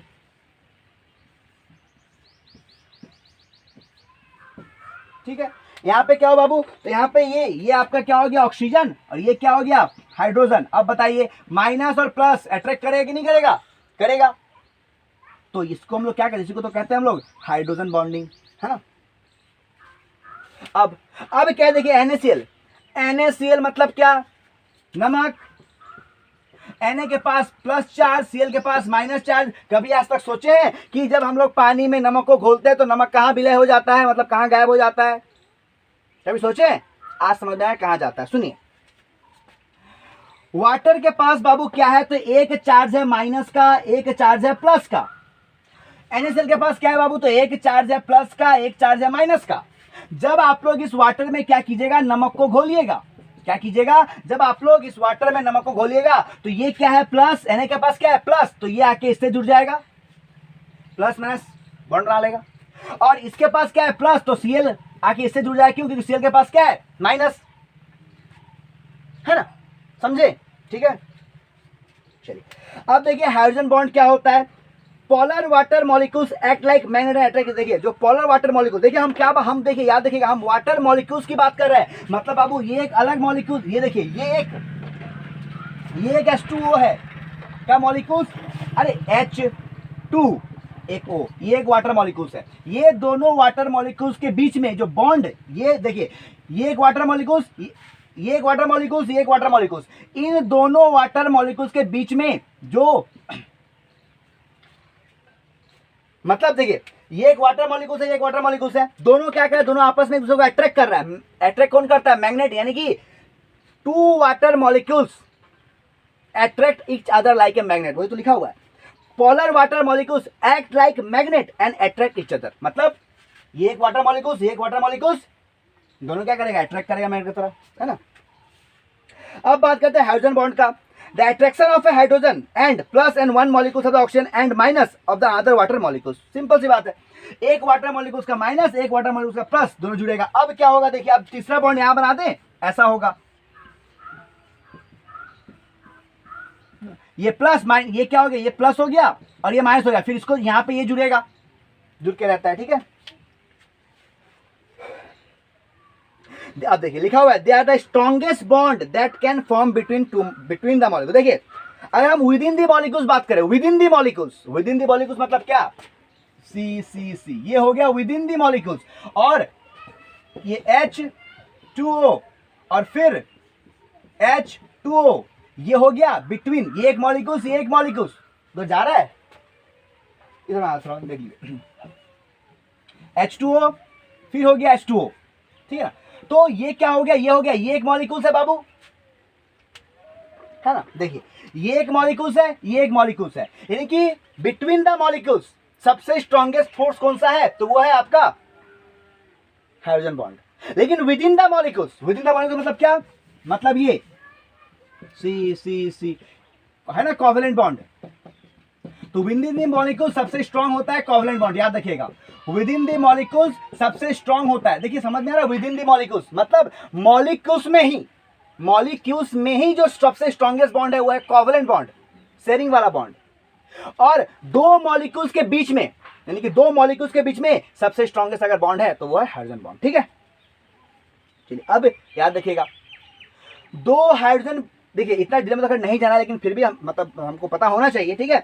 दो वाटर मॉलिक्यूल्स के बीच में, यानी कि दो वाटर मॉलिक्यूल्स है, अट्रैक्ट कर रहा है, तो उनके बीच में कितना गैपिंग होता है, जगह कितना होता है, तो याद रखिएगा कि ऐसे देखिए, समझ ही लीजिए ऐसे, इतना देखिए इतना डिटेल में तो खैर नहीं जाएगा, एम्स भी नहीं जाएगा वहां तक, लेकिन हमको पता होना चाहिए, जब पढ़ ही रहे तो फिर जानने में क्या अर्ज है ना।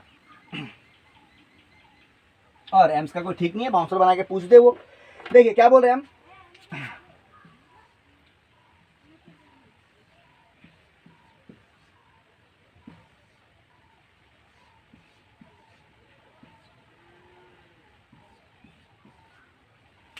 देखिए ये oxygen, oxygen, hydrogen, hydrogen, hydrogen, hydrogen, है ना। तो हम बोलिए रहे बाबू कि एक वाटर मॉलिक्यूल्स ये है, दूसरा ये है, तो दोनों वाटर मॉलिक्यूल्स के बीच में कितना जगह होता है, गैपिंग कितना होता है, तो याद रखिएगा कि दो ऑक्सीजन के बीच में, यानी कि यहां ऑक्सीजन है, यहां, इस दोनों के बीच में बाबू जगह होता है 2.82 एंगस्ट्रॉम, और एक हाइड्रोजन और एक ऑक्सीजन के बीच में जगह होता है 1.88 एंगस्ट्रॉम, याद रखिएगा, ठीक है। चलिए अब देखिए, अब कुछ हम लोग एम्स और जिपमर को देख लेते हैं क्या है। तो chemical bond of life, life का क्या केमिकल बॉन्ड है, याद रखिएगा, कोवेलेंट बॉन्ड, अभी समझ आ गया, इसलिए हम पहले बता देते कोवेलेंट बॉन्ड, ठीक है। Covalent bond the binding force of living matter, यानी कि जो भी लिविंग मैटर है, यानी कि आपके बॉडी में जो भी लिविंग मैटर है ना, उसको बाइंडिंग फोर्स, यानी कि उसको जोड़ने का फोर्स प्रोवाइड करवाता है कोवेलेंट बॉन्ड, ठीक है। Non covalent bond essential in maintaining the 3 dimensional structure of large molecules to bind specially. देखिए जो आपका, सुनिए क्या बोल रहे हैं, जो आपका कोवेलेंट बॉन्ड है, क्या बोले हम, देखिए जो आपका कोवेलेंट बॉन्ड है, क्या बोले हम, जो आपका कोवेलेंट बॉन्ड है बाबू, जो कोवेलेंट बॉन्ड है वो क्या करता है, तो जो भी लिविंग मैटर होता है, जो भी लिविंग मैटर होता है उसको जोड़ता है। लिविंग मैटर ये हो गया एक, और एक लिविंग मैटर, सब कोई भी लिविंग मैटर है, ये एक लिविंग मैटर हो गया, ये एक लिविंग मैटर, ये दूसरा ये, तो इन दोनों को जोड़ने का काम कौन करता है, कोवेलेंट बॉन्ड, कौन जोड़ता है, कोवेलेंट बॉन्ड, ठीक है। और जो नॉन कोवेलेंट बॉन्ड है, जो नॉन कोवेलेंट बॉन्ड है वो क्या करता है बाबू, तो कोई भी maintaining for the dimension structure, कोई भी लार्ज मॉलिक्यूल, जो भी लार्ज मॉलिक्यूल्स होता है, यानी कि मैक्रो मॉलिक्यूल्स, कोई भी लार्ज मॉलिक्यूल्स को क्या करता है, तो स्ट्रक्चर प्रोवाइड करवाता है, ठीक है। यानी कि देखिए नॉन कोवेलेंट मतलब क्या, जो इलेक्ट्रॉन को दे देगा, जो इलेक्ट्रॉन को दे के जो बॉन्ड बनाएगा वो क्या करेगा, तो वो आपके सेल में स्ट्रक्चर को बनवाता है। और जो कोवेलेंट बॉन्ड होता है वो क्या करता है, दो लिविंग मैटर को जोड़ने का काम करता है, ठीक है। अब नॉन कोवेलेंट बॉन्ड क्या क्या होता है, तो हाइड्रोजन बॉन्ड, ये भी एक नॉन कोवेलेंट बॉन्ड है, ठीक है। आयनिक बॉन्ड एक नॉन कोवेलेंट बॉन्ड है। वैन डर वाल्स इंटरेक्शन, देखिए वैन डर वाल्स इंटरेक्शन लोग पढ़ेंगे केमिस्ट्री में, ठीक है ना, मतलब एक तरह का वीक फोर्स होता है ये, वीक तरह का मतलब हल्का फोर्स होता है ये, ठीक है। और एक होता है हाइड्रोफोबिक इंटरेक्शन, हम बताए हुए इस चर्चा बोले थे कि डर सबको जोड़ के रखता है, हम जब पढ़ाए थे आपको सेल मेम्ब्रेन, तो बताए थे ना कि डर सबको जोड़ के रखता है, यानी कि जो फॉस्फोलिपिड बाइलेयर है उसके बीच में क्या होता है, उसके बीच में हाइड्रोफोबिक इंटरेक्शन होता है, इसके कारण क्या होता है, तो फॉस्फोलिपिड बाइलेयर बना रहता है, ठीक है। तो वो भी एक नॉन कोवेलेंट बॉन्ड है। अब देखिए हाइड्रोजन बॉन्ड, जो हाइड्रोजन बॉन्ड होता है ना, क्या बोले हम कि जो हाइड्रोजन बॉन्ड होता है बाबू वो कोवेलेंट बॉन्ड से, क्या बोले हम कि जो हाइड्रोजन बॉन्ड होता है वो कोवेलेंट बॉन्ड से, कोवेलेंट बॉन्ड के तुलना में ना 1/10 पार्ट ही स्ट्रॉन्ग होता है। बहुत देखिए जितना, सुने, जितना स्ट्रॉन्ग कोवेलेंट बॉन्ड है, जितना स्ट्रॉन्ग कोवेलेंट बॉन्ड है, ठीक है ना, उससे उसका 1/10 ही होता है हाइड्रोजन बॉन्ड। लेकिन with in between the molecules hydrogen bond is very strong, Within the molecules covalent bond is very strong and between the molecules hydrogen bond is very strong. ठीक है.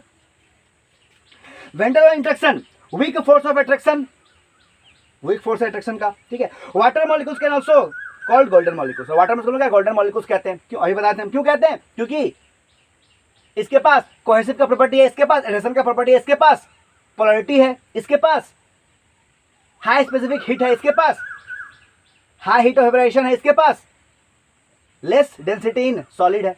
तो दिस ये सब कैरेक्टर्स हो क्या इसको golden. देखिए गोल्डन मॉलिक्यूल कहने का मतलब क्या है कि दुनिया में ऐसा और कोई मॉलिक्यूल्स नहीं है जो कि वाटर की तरह है. और इसी कारण तो नदियां बहती है, इसी कारण तो पानी इकट्ठे रहते हैं. ठीक है. चलिए अब बात करते हैं कोहेशन का. The attraction between molecules of the same substance. अभी तुम देखे थे ना, एक वाटर मॉलिक्यूल दूसरा वाटर मॉलिक्यूल अट्रैक्ट कर रहा है, मतलब उसको हम लोग कोहेशन फोर्स कहते हैं. ठीक है. एग्जांपल हो गया water. Allow some insect and spider to work on water.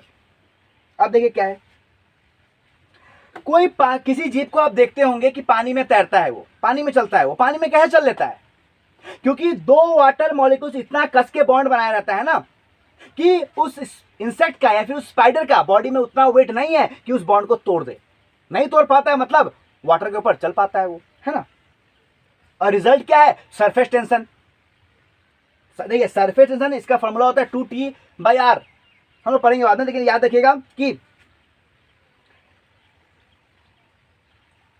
जो आपका कोहेशन के कारण, याद इतना याद रखिएगा अभी कि जो कोहेशन के कारण क्या होता है, तो आपका वाटर पे एक तरह का सरफेस टेंशन क्रिएट होता है. ठीक है. अब आते हैं एडिशन पे. Attraction between molecules of different substance makes water stick to other. देखिए एडिशन क्या है. Attraction between molecules of different substance, यानी कि एडिशन क्या कहते हैं. देखिए वाटर के पास कोहेशन है जो कि खुद का मॉलिक्यूल्स को जोड़ता है, और एक एडिशन है जो कि दूसरे मॉलिक्यूल जाके जुड़ता है. ठीक है ना. Responsible capillary force in plant. देखिए कैपिलरी फोर्स क्या होता है, सुबह समझ ले कैपिलरी फोर्स क्या है.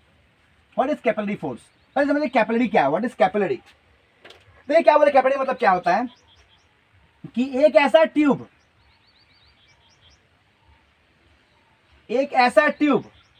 जिसका डायमीटर, एक लंबा सा ट्यूब जिसका डायमीटर, ठीक है ना, क्या बोले, एक ऐसा लंबा ट्यूब जिसका डायमीटर, क्या बोले, जिसका डायमीटर उसके लेंथ के रेस्पेक्ट में नेग्लिजिबल है. मतलब ये कि उसका लेंथ इतना अधिक है कि उसका डायमीटर पता ही नहीं चल रहा है, उसी को हम कहते हैं कैपिलरीज. देखिए ये अगर हम इसकी बात करें, तो ये आपका कैपिलरी नहीं है. क्यों नहीं है? क्योंकि इसका डायमीटर बहुत है, इतना डायमीटर है ना इसका, इतना इसका डायमीटर है, लेंथ भी छोटा है, तो ये कैपिलरी नहीं है. लेकिन ये देखिए इसका डायमीटर कितना छोटा है और लेंथ कितना लंबा है, तो इसको हम लोग कैपिलरी कहते हैं. और जब एसेंट ऑफ सेप होता है, क्या होता है,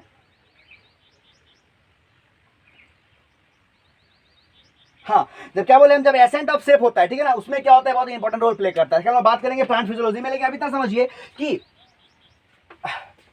कैपिलरी जो है बाबू वो क्या करता है, तो वो समझ गए क्या होता है, समझ लीजिए. जिसका लेंथ उसके डायमीटर के, मतलब जिसका डायमीटर, एक वैसा ट्यूब जिसका डायमीटर उसके लेंथ के रेस्पेक्ट में नेग्लिजिबल है, मतलब लेंथ इतना लंबा है कि डायमीटर का पता ही नहीं चल रहा है,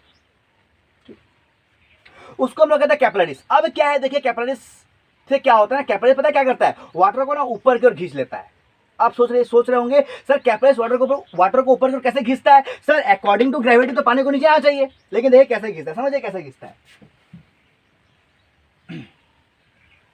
देखिए ये एक बाबू वाटर मॉलिक्यूल्स है. क्या है? मॉलिक्यूल्स नहीं, वाटर ड्रॉप कहिए, एक वाटर ड्रॉप है, मतलब वाटर का ड्रॉप है, पानी का बूंद है. ठीक है. और क्या हुआ कि इसके ऊपर बाबू एक लगा आपका कैपिलरी. ठीक है, ये कैपिलरी है, और ये क्या है, वाटर ड्रॉप है. ये क्या है बाबू, आपका वाटर ड्रॉप, और ये क्या है, कैपिलरी है. अब देखिए होता क्या है, जैसे ही ये आपका वाटर ड्रॉप हो गया, इस वाटर ड्रॉप पे जैसे ही कैपिलरीज को लगाइएगा तो होगा क्या कि इस कैपिलरीज के अंदर पानी चढ़ जाएगा. अब कैसे चढ़ गया, चार्ज ऐसे गया कि हुआ क्या बाबू कि इस वाटर पे क्या होता है ना, चारों तरफ से, इस वाटर पे क्या होता है बाबू, चारों तरफ से एटमॉस्फेरिक प्रेशर लग रहा था, मतलब वायुमंडलीय दाब, एटमॉस्फेरिक प्रेशर लग रहा था. पहले, और जहां पे कैपिलरीज को लगाया गया वहां से क्या हुआ एटमॉस्फेयर, सुनिए क्या बोल रहे हैं, ये वाटर मॉलिक्यूल्स है, इस पे चारों तरफ से एटमॉस्फेरिक प्रेशर लग रहा है, हर जगह लग रहा है, लेकिन जहां पे हम लोग कैपिलरीज को लगाएं वहां से क्या हुआ एटमॉस्फेयर, सुनिए यहां पे हम लोग क्या किए कैपिलरीज को लगाएं, तो देखिए पहले क्या है, पहले हर तरफ क्या हो रहा है, इस पे हर तरफ क्या लगा हुआ है, एटमॉस्फेरिक प्रेशर लगा हुआ है, लेकिन जहां पे कैपिलरीज लगाएं वहां से एटमॉस्फेरिक प्रेशर हट गया, मतलब वहां पे नहीं लगा एटमॉस्फेरिक प्रेशर। अब देखिए यहाँ पे एटमॉस्फेरिक प्रेशर नहीं लग रहा है, लेकिन सब जगह लग रहा है, अब क्या होगा, यही एटमॉस्फेरिक प्रेशर क्या करेगा, पानी को ऊपर की ओर धका देगा, पानी ऊपर चढ़ जाएगा, पानी कहाँ चढ़ जाएगा, ऐसे चढ़ जाएगा। बहुत इंपॉर्टेंट है, कहाँ पे, तो प्लांट फिजियोलॉजी में हम लोग पढ़ेंगे इसको, कैपिलरीज को, एसेंट ऑफ सब ऐसा ही होता है, ठीक है ना, रोडा रोड उसको कहा जाता है हिंदी में, वो ऐसे ही होता है, ठीक है। चलिए समझ गया ना, क्लियर, मतलब, और ये होता कैसे, तो एडिशन के कारण। सर कैसे एडिशन के कारण, तो देखिए पहले वाटर का अपना कोहेशन प्रॉपर्टी था, और फिर क्या, फिर एडिशन प्रॉपर्टी हो गया, मतलब दूसरा मॉलिक्यूल आया, टच किया, भाग गया ऊपर, ठीक है। Capillary section, water molecules will tow each other along with a thin glass tube and other surface happen in plant as well। ये सब प्लांट में होता है, फिर कहीं पे अदर सिंपल लिखा हुआ है, कैपिलरी एक्शन में क्या होता है, वाटर ऊपर की ओर मूव कर जाता है। समझ गए कैसे मूव करता है, एक वाटर ड्रॉप में हर तरफ से एटमॉस्फेरिक प्रेशर लग रहा था, लेकिन जहां पे कैपिलरीज को लगा दिए वहां से एटमॉस्फेरिक प्रेशर हट गया, लेकिन और सब जगह लग रहा है, तो क्या हुआ, सारा एटमॉस्फेरिक प्रेशर क्या किया, उसको धका दिया ऊपर की ओर, ये खाली जगह था ऊपर की ओर चला गया, ठीक है।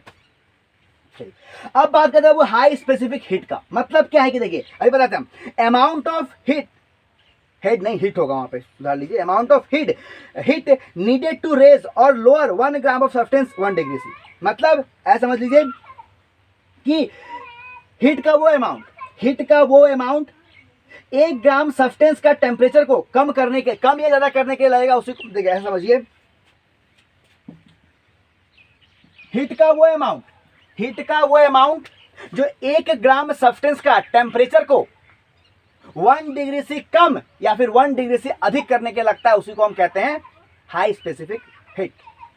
लेकिन इंटरेस्टिंग बात वो ये है कि वाटर का हाई स्पेसिफिक जो हीट है ना वो अधिक है, वाटर जल्दी गर्म भी नहीं होगा, जल्दी ठंडा भी नहीं होगा, ठीक है। देखिए यहाँ पे लिखा हुआ है, देखिएगा, water resists temperature change both of heating and cooling, मतलब जल्दी गर्म भी नहीं, जल्दी ठंडा भी नहीं होगा, मतलब ऐसा नहीं है कि अगर 1 ग्राम, मतलब देखिए कोई दूसरा सब्सटेंस, उसने क्या बोला, कोई दूसरा सब्सटेंस, ठीक है ना, 1 मिनट पानी पी ले,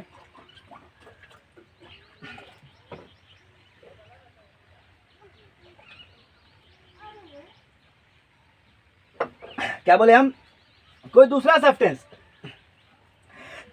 सब्सटेंस अगर है, तो उसका अगर 1 ग्राम सब्सटेंस है, 1 ग्राम ही है, उसको अगर आपको थोड़ा 1 ग्राम अधिक हीट करना है, सॉरी 1 डिग्री से अधिक हीट करना है, या फिर 1 डिग्री से हीट को कम करना है, तो उसमें आप 1 डिग्री से हीट और अधिक दे दीजिएगा, तो वो और अधिक, जो 1 ग्राम था वो एक, मतलब सिंपल समझिए एक सब्सटेंस है, ठीक है, इसको आपको, ये 1 ग्राम है, ठीक है, इसको आपको अगर थोड़ा और हीट करना है, तो आप क्या कीजिए, इसमें 1 डिग्री से जो हीट था उसको बढ़ा दीजिए, तो ये क्या होगा, 1 डिग्री सी ऊपर हो जाएगा।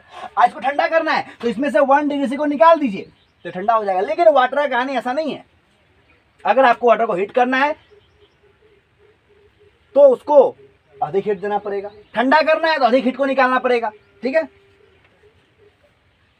वाटर कैन एब्जॉर्ब और release large amount of heat energy with little change in actual temperature. देखिए वाटर को, अगर वाटर का जो एक्चुअल टेम्परेचर है उसको अगर चेंज करना है आपको, तो उसको बहुत एनर्जी देना पड़ेगा। वाटर के पास जो एनर्जी है, मतलब वाटर के पास अगर एनर्जी है, वो हीट है, अब वो ठंडा करना है तो बहुत एनर्जी को निकालना पड़ेगा, ठीक है। चलिए अब देखिए, water ever form a kind of global blanket which help to keep the earth warm heat. देखिए अब क्या है, यहाँ पे ये टॉपिक यही लिखा हुआ है कि अगर हम बोलो आपको ये रहे कि अगर देखिए आपको पता है ग्रीन हाउस इफेक्ट, नाम सुने ग्रीन हाउस इफेक्ट का। देखिए क्या है कि शाम, मतलब जैसे कि दिन में तो धूप है, सन रे है, लेकिन शाम को शाम आते ही, यानी कि धूप खत्म हो गया, शाम आते ही क्या अचानक से क्या गर्मी खत्म हो जाता है? नहीं होता है। क्यों नहीं होता खत्म? क्योंकि जो वाटर वेपर है वो क्या करता है, हिट को रिटेन, जो वाटर वेपर वो क्या करता है, हिट को रिटेन किया रहता है, क्योंकि वाटर वेपर का क्या कंडीशन है कि जल्दी गर्म नहीं होंगे, जल्दी ठंडा नहीं होंगे। तो अब दिन भर का धूप उस पानी को गर्म कर दिया, क्योंकि वाटर वेपर है। देखिए ग्रीन हाउस में क्या होता है, कार्बन डाइऑक्साइड होता है ना, मीथेन होता है ना, नाइट्रोजन ऑक्साइड होता है ना, और क्या होता है, वाटर वेपर भी होता है। तो सबसे इंपॉर्टेंट उसमें वाटर वेपर प्ले करता है। क्या कहता है ये कि भाई देखो हम वाटर वेपर थे, दिन भर धूप के कारण हमको गर्म कर दिया गया। अब जब हमको तुम दिन भर धूप दिए तो हम गर्म हो गए, क्योंकि भाई बहुत हीट देगा तो गर्म तो होगा करेंगे ना, होगा हम गर्म। लेकिन अब हम गर्म होगा, फिर तुमको तुरंत कहोगे ठंडा हो जाए, तो हम नहीं होंगे ठंडा। इसीलिए क्या होता है कि धूप के बाद जल्दी ठंडा नहीं होता है। क्यों? क्योंकि वाटर वेपर हीट को रिटेन किया रहता है। ठीक है, चलिए अब बात करें अब होम्योस्टेटिस मतलब क्या है। होम्यो मतलब सम, स्टेटिस मतलब स्थिति, यानी कि सम स्थिति को बनाए रखना। ठीक है ना, सम स्थिति बोलिए, यथास्थिति बोलिए, उसको बनाए रखना। अब देखिए ये बनाए रखना मतलब क्या कि हम लोग के बॉडी, सुनिए, हम लोग के बॉडी के अंदर वाटर का लेवल, केमिकल का लेवल सब इक्वल रहे। इसमें भी वाटर बहुत इंपॉर्टेंट रोल प्ले करता है। ठीक है, देखिए क्या बोल रहे हैं, आइडिया ऑफ होम्योस्टेटिक कौन दिए थे, क्लाउडी बर्नर्ड। ठीक है, टर्म होम्योस्टेटिक कौन दिए थे, वाल्टन कैनन। आइडिया देने वाले का नाम था होम्योस्टेटिक, जो आइडिया दिए थे वो देने वाले का नाम था क्लाउडी बर्नर्ड, और जो टर्म दिए थे होम्योस्टेटिक उसका नाम था वाल्टर कैनन। ठीक है, अब देखिए ability to maintain a steady state despite changing condition, water is important to process, because देखिए क्या बोला, होम्योस्टेटिक मतलब क्या होता है, तो एबिलिटी टू मेंटेन, यानी कि जो हम लोग का बॉडी का यथा स्थिति है, मतलब जो हम लोग का बॉडी का सम स्थिति है, नॉर्मल स्थिति है, उस स्थिति में जल्दी बदलाव ना आ जाए, वो जो स्थिति है वो बिगड़ ना जाए, इसी को हम कहते हैं होम्योस्टेटिस। समझ गए? मतलब हम लोग का देखिए, हम लोग का बॉडी का जो इंटरनल, हम लोग का बॉडी में देखिए मेरे बॉडी से बहुत सारा वाटर निकल रहा है, तो जब जैसे से वाटर निकल रहा है क्या हो रहा है, हम वैसे से पानी पी रहे हैं। क्यों? क्योंकि ऐसा अगर हम पानी नहीं पियेंगे तो क्या होगा, बहुत थक जाएंगे, और अगर थकने के बाद बोलते रहेंगे तो क्या होगा, मुंह से जो माउथ से क्या होगा, ब्लीडिंग हो जाएगा। तो माउथ से ब्लीडिंग तो मर भी सकते हैं, मरेंगे नहीं, लगातार पानी पीते रहते हैं। ठीक है ना, चलिए तो क्या बोल रहे हैं कि अगर आपका बॉडी में अगर लगातार वाटर लॉस हो रहा है, केमिकल का कुछ गड़बड़ी हो रहा है, तो आपका बॉडी जो है, मतलब सिंपल ये समझिए कि हमारे बॉडी को नॉर्मल रखने के लिए, सम स्थिति में रखने के लिए, यथा स्थिति में रखने के लिए, मतलब यथा स्थिति में रहता है ना, उसी को होम्योस्टेटिस कहते हैं। ठीक है, और water is important to this process because, और वाटर क्या है, बहुत इंपॉर्टेंट रोल प्ले करता है। क्यों? Make a good insulator, water बड़ा अच्छा इंसुलेटर है। दूसरा, रेजिस्ट टेम्परेचर चेंज, टेम्परेचर को रेजिस्ट करता है। ठीक है ना, यूनिवर्सल सॉल्वेंट, देखिए समझ रहे हैं, मेक ए गुड इंसुलेटर मतलब क्या है, वाटर जो है वो अच्छा इंसुलेटर है। इंसुलेट करने का मतलब क्या कि जल्दी, मतलब कोई भी रिएक्शन को अगर होना है, कोई भी रिएक्शन को बॉडी में होना है, ठीक है ना, तो कोई भी अगर बैक्टीरिया वायरस कुछ भी एंटर करेगा तो क्या होगा, हम लोग कोई भी बैक्टीरिया वायरस क्या करता है, हम लोग का बॉडी का रिएक्शन को चेंज करता है। तो वाटर क्या करता है कि एक तरह का इंसुलेटर काम करता है, क्योंकि देखिए कोई भी रिएक्शन क्या होगा, वाटर के प्रेजेंस में होगा, क्योंकि हम कहते हैं water is an good reactant. तो वाटर क्या वहाँ पे इंसुलेटर काम करेगा, बोलेगा हम रिएक्शन को नहीं होने देंगे। फिर रेजिस्ट टेम्परेचर चेंज, टेम्परेचर अगर अचानक से आपका बॉडी का टेम्परेचर चेंज हुआ तो क्या हुआ, वाटर देखिए ना बॉडी से बाहर निकल के आपका बॉडी के अंदर कूलिंग कर रहा है ना। उसके बाद यूनिवर्सल सॉल्वेंट, मतलब किसी से भी घुल सकता है, ये यूनिवर्सल सॉल्वेंट है। ठीक है ना, सॉल्वेंट मतलब क्या होता है, विलय। ठीक है, कूलेंट मतलब ठंडा करने का, मतलब किसी को ठंडा रख सकता है ये। ठीक है, और टेम्परेचर एक्सट्रीम, अब देखिए क्या है टेम्परेचर करने का मतलब क्या, समझिए, जब ठंडा का मौसम होता है तो क्या होता है कि कश्मीर वगैरह में क्या होता है, कश्मीर श्रीनगर में क्या होता है कि जो अगर बड़ा सा पॉन्ड है, बड़ा सा नदी है, लेक है, वो क्या होता है, उसके ऊपर पूरा बर्फ जम जाता है। तो उसके ऊपर पूरा बर्फ जम गया, लेकिन नीचे पानी ही है। ऐसे फायदा क्या हुआ, तो जो एक्वाटिक लाइफ है वो जीवित है। तो एक ऊपर अगर मतलब समझिए कि ये आपका एक नदी है, नदी में बहुत सारा पानी है, पूरा ऊपर तक पानी है, इसमें बहुत सारा जीव भी है। तो जब इसमें क्या हुआ, टेम्परेचर एक्सट्रीम हुआ, तो क्या हुआ, ये पूरा यहाँ से यहाँ तक ये क्या हुआ, ये आइस बन गया, लेकिन नीचे वाटर ही रहेगा। क्योंकि अब देखिए ठंडा और बढ़ रहा है, तो ये क्या कर रहा है, ठंडा और बढ़, तो क्या हुआ, ये इंसुलेटर का काम कर रहा है, अंदर जाने नहीं दे रहा है किसी भी चीज को, मतलब जो टेम्परेचर को अंदर जाने नहीं दे रहा है, इसलिए क्या हो रहा है, अंदर वाटर ही है लेकिन ऊपर क्या आइस बन गया है। ठीक है, समझ गए?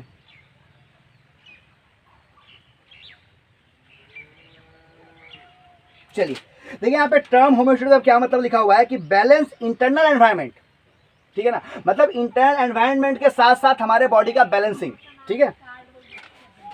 छोड़ देता हूँ जरूर, इतना सिंपल समझिए कि होमोस्टेसिस मतलब क्या होता है कि यथास्थिति को बनाए रखना, मतलब जो कंडीशन है उसी कंडीशन को बनाए रखना, भले टेम्परेचर चेंज हो फिर भी स्थिति मेंटेन रहेगा, केमिकल का लेवल चेंज हो फिर भी स्थिति मेंटेन रहेगा। इसमें वाटर बहुत ही इंपॉर्टेंट रोल प्ले करता है, ठीक है। क्यों? क्योंकि वाटर एक अच्छा कंडक्टर है। क्यों? क्योंकि वाटर के पास टेम्परेचर को रेजिस्ट करने का क्षमता है, ठीक है। वाटर के पास, वाटर क्या है तो यूनिवर्सल सॉल्वेंट है, वाटर क्या है तो कूलेंट है, वाटर क्या है तो टेम्परेचर एक्सट्रीम है, ठीक है। अब देखिए, अब आते हैं एनसीईआरटी पे। एनसीईआरटी क्या लिखा है? However living organism have also got inorganic element and compound in them. अब देखिए सिंपल सी बात है, कल एनसीईआरटी कहा था कि दोस और carbon compound which means those organic compound found in living organism are called biomolecules. ये कल कौन बोला था? एनसीईआरटी बोला था। लेकिन आज एनसीईआरटी फिर मान रहा है कि नहीं, लिविंग ऑर्गेनिज्म के पास कुछ इनऑर्गेनिक मॉलिक्यूल्स भी, इनऑर्गेनिक एलिमेंट्स भी होते हैं। अब कैसे पता चला इनऑर्गेनिक एलिमेंट? तो देखिए, हाउ डू यू नो, कैसे पता चला? पता ऐसे चला भैया कि हम लोग एक लिविंग टिश्यू को लिए, उसको जला दिए, बर्बाद कर दिए, डिस्ट्रॉय कर, जला दिए। क्या हुआ? जब जलाएं तो जो उसके पास कार्बन था, जो उसके पास ऑक्सीजन था, वो तो CO2 बन के निकल गया, मतलब जो ऑर्गेनिक था वो तो CO2 बन के निकल गया। लेकिन कुछ राख हमको मिल गया, कुछ मिल गया, कुछ राख हमको मिल गया। जब उस राख का हम लोग केमिकल एनालिसिस किए तो हमको पता चला कि भाई इसमें तो मैग्नीशियम है, इसमें तो कैल्शियम है, और कैल्शियम मैग्नीशियम क्या है तो ये सब इनऑर्गेनिक एलिमेंट है। ये तो लिखा हुआ है, देखिए क्या लिखा हुआ है। One weigh a small amount of living tissue say leaf or liver and this is called wet and dried all the water evaporates the remaining material give a dry wet। वही सब लिखा हुआ है। देखिए वेट मतलब क्या? जब living tissue को लेंगे वो नमी कंडीशन में होगा, उसको क्या सुखा दिए तो क्या होगा? ड्राई कंडीशन में चला जाएगा, फिर जला दीजिए उसको। Now if this tissue is fully burnt all the carbon compound or oxide to gases from CO2 water vapor and are removed। CO2 water vapour सब रिमूव हो जाएगा। What is the remaining is called S. अब जो बचेगा वो क्या? ऐसा राख है, ठीक है। दिस एस कंटेन इसमें क्या इनऑर्गेनिक एलिमेंट है, जैसे कि क्या है? कैल्शियम और मैग्नीशियम है। अब inorganic compound like sulphate, phosphate etcetera are also seen in the acid soluble fraction. मतलब कुछ इनऑर्गेनिक कंपाउंड जैसे कि आपका सल्फेट हो गया, फॉस्फेट हो गया, ये सब भी हमको कहाँ दिखा था? याद है? एसिड सॉल्युबल फ्रैक्शन, जो कि नीचे चला गया था, ठीक है। कहाँ नीचे चला गया था? फिल्टर से, कल हम लोग किए थे ना, उससे, ठीक है। देखिए, therefore elemental analysis gives element composition of living tissue। अब देखिए हम लोग एलिमेंट का एनालिसिस करेंगे तो क्या होगा? हमको एलिमेंटल पता चलेगा कि भाई क्या क्या एलिमेंट इसके पास है, ठीक है। जैसे कि आपका in form of hydrogen, oxygen, chlorine, carbon dioxide while analysing from compound given idea. अब देखिए जब हम लोग कंपाउंड का एनालिसिस करेंगे, सुनिए, जब हम लोग कंपाउंड का, देखिए अगर हम लोग एलिमेंट का एनालिसिस करेंगे, एनालिसिस मतलब होता है देखना, परखना, जानना, ठीक है। अगर हम लोग एलिमेंट का एनालिसिस करेंगे तो हमको पता चलेगा भैया इसमें क्या है, तो हाइड्रोजन है, ऑक्सीजन है, कार्बन है, सब है। लेकिन अगर हम लोग कंपाउंड का एनालिसिस करेंगे तो हमको पता चलेगा अरे कैल्शियम तो था, वो कैल्शियम के फॉर्म में नहीं था, जो कैल्शियम था वो कैल्शियम पैक्टेट के फॉर्म पे था, जो मैग्नीशियम था वो मैग्नीशियम पैक्टेट के फॉर्म पे था, जो और भी ऐसे बहुत सारे केमिकल है जो कि दूसरे किसी के फॉर्म पे थे। मतलब वो क्या, वो कंपाउंड हो गया। तो कंपाउंड में क्या होता है? कुछ वैसे जो कि ऑर्गेनिक है, कुछ वैसे जो कि इनऑर्गेनिक है। वही तो लिखा हुआ है कि गिव्स एन आइडिया। देखिए लिखा हुआ है कि while analysis for compound gives an idea of the kind of organic and inorganic constituent present in the living tissue. मतलब अगर आप एलिमेंट का एनालिसिस कीजिएंगे तो आपको एलिमेंट पता चलेगा, अगर आप कंपाउंड का एनालिसिस करेंगे तो आपको कंपाउंड का पता चलेगा, ठीक है। अब देखिए, अब यहां से क्या होगा? दो पॉइंट ऑफ व्यू आ गया। हम एलिमेंट का पता लगाएं, हम कंपाउंड का पता लगाएं। कंपाउंड एलिमेंट दोनों केमिस्ट्री का भी चीज है, इसी तो बात कर रहे हैं केमिस्ट्री का। और कंपाउंड एलिमेंट दोनों हम लोग के बॉडी के अंदर भी है, मतलब बायो का भी चीज है।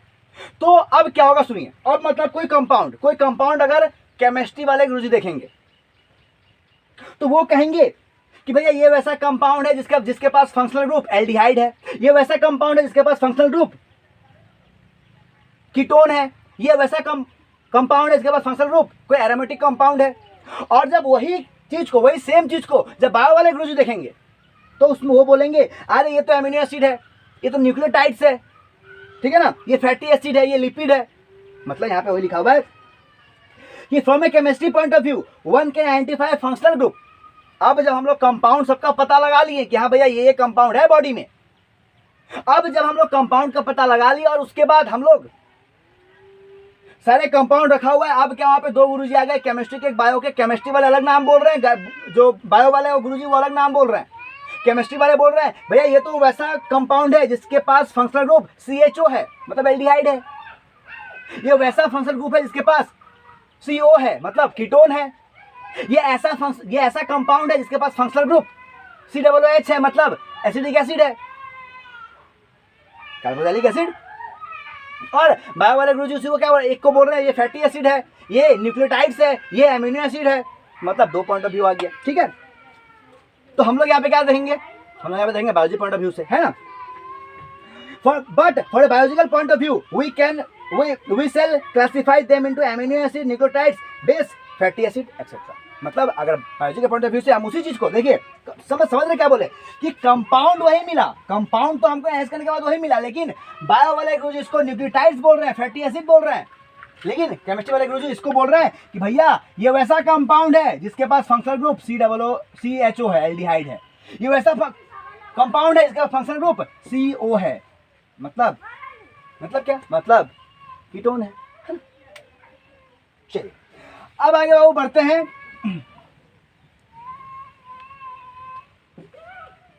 Micro molecules of the cell, मतलब आपके सेल के अंदर जो माइक्रो मॉलिक्यूल, मैंने छोटे छोटे मॉलिक्यूल्स है, माइक्रो मॉलिक्यूल कहने का मतलब क्या, जिसका वेट 1000 डेल्टन से कम होगा या फिर 1000 होगा, smaller than equals to 1000 dalton, उसकी बात करेंगे। ठीक है, चलिए। तो बहुत लंबा हो गया सर, आज ही पढ़ा जाएगा तो नहीं बाबू, ये लेक्चर 3 का है तो हम लोग कल ही बात करेंगे इस पे। लेकिन देखिए कल के क्लास में थोड़ा हम जो नोट्स को पहले भेजेंगे उसके लिए प्रिपेयर होकर आइएगा। हम जो नोट्स को पहले ही भेज देंगे तो आप लोग पढ़ के आइएगा। हम लोग कल शुगर को समझेंगे, ग्लूकोज क्या होता है, फ्रुक्टोज क्या होता है, ठीक है ना, ग्लैक्टोज क्या होता है, लैक्टोज क्या होता है, सुक्रोज क्या होता है, मेल्टोज क्या होता है, मोनोसैकेराइड्स क्या है, डाइसैकेराइड्स कैसे बनता है, पॉलीसैकेराइड्स कैसे बनता है, ओलिगोसैकेराइड्स कैसे बनता है, कॉम्प्लेक्स शुगर क्या होता है, सिंपल शुगर क्या होता है, हम लोग ये चीज़ों का समझेंगे। ठीक है, लेकिन बाबू आज हम लोग क्या देखें, ये तो हम लोग कल समझेंगे, लेकिन आज हम लोग क्या देखें, आज हम लोग ये देखें कि what is the important of water in our cell. देखें ना हम लोग, सबसे मेन इंपॉर्टेंट क्या है वाटर का, तो अभी हम बताए थे क्या है, वो पोलैरिटी को शो करता है। इसी कारण वाटर क्या है, बहता है। समझ के पढ़े होते, प्लस माइनस चार्ज होता है ना। फिर क्या होता है, कोहेशन एडहेशन का हम लोग समझे, हाई स्पेसिफिक हीट को समझे, हाई हीट ऑफ वेपराइजेशन को समझे कि हाई स्पेसिफिक हीट और हाई हीट ऑफ वेपराइजेशन, ये हम लोग जनरली पढ़ते हैं, केमिस्ट्री का चीज है ये। ठीक है, ठीक है। फिर हम लोग हाइड्रोजन बॉन्डिंग को देखें, याद है हाइड्रोजन बॉन्डिंग क्वेश्चन ऐसे पूछता है, ठीक है ना। कोहेशन को देखें, एडहेशन को समझें, और फिर हम लोग चलिए तो कल हम लोग बात करेंगे कार्बोहाइड्रेट का, ठीक है ना। कल दिखाएंगे स्ट्रक्चर, ग्लूकोज का स्ट्रक्चर कैसा होता है, फ्रुक्टोज का स्ट्रक्चर कैसा होता है, ठीक है ना। इसके बाद कल हम बात करेंगे इस पे भी कि सुक्रोज बनता कैसे है, ग्लूकोज और फ्रुक्टोज को मिलाकर सुक्रोज बनता है, ठीक है ना। 1,4 अल्फा 1,4 ग्लाइकोसिडिक एसिड क्या है, कहाँ लिंकेज क्या होता है, कल हम लोग बहुत ही इंपॉर्टेंट क्लास की ओर बढ़ेंगे। देखिए अभी हम लोग बायोमोलिक्यूल बाबू सिर्फ कोर को समझने का प्रयास कर रहे हैं। ठीक है, ठीक है ना। तो आज क्लास समझ गए होंगे आप लोग, ठीक है। तो बाबू पढ़ते रहिए, मेहनत करते रहिए और जम के मेहनत किए, ठीक है ना। तो आज के लिए इतना ही, आगे क्लास में धन्यवाद।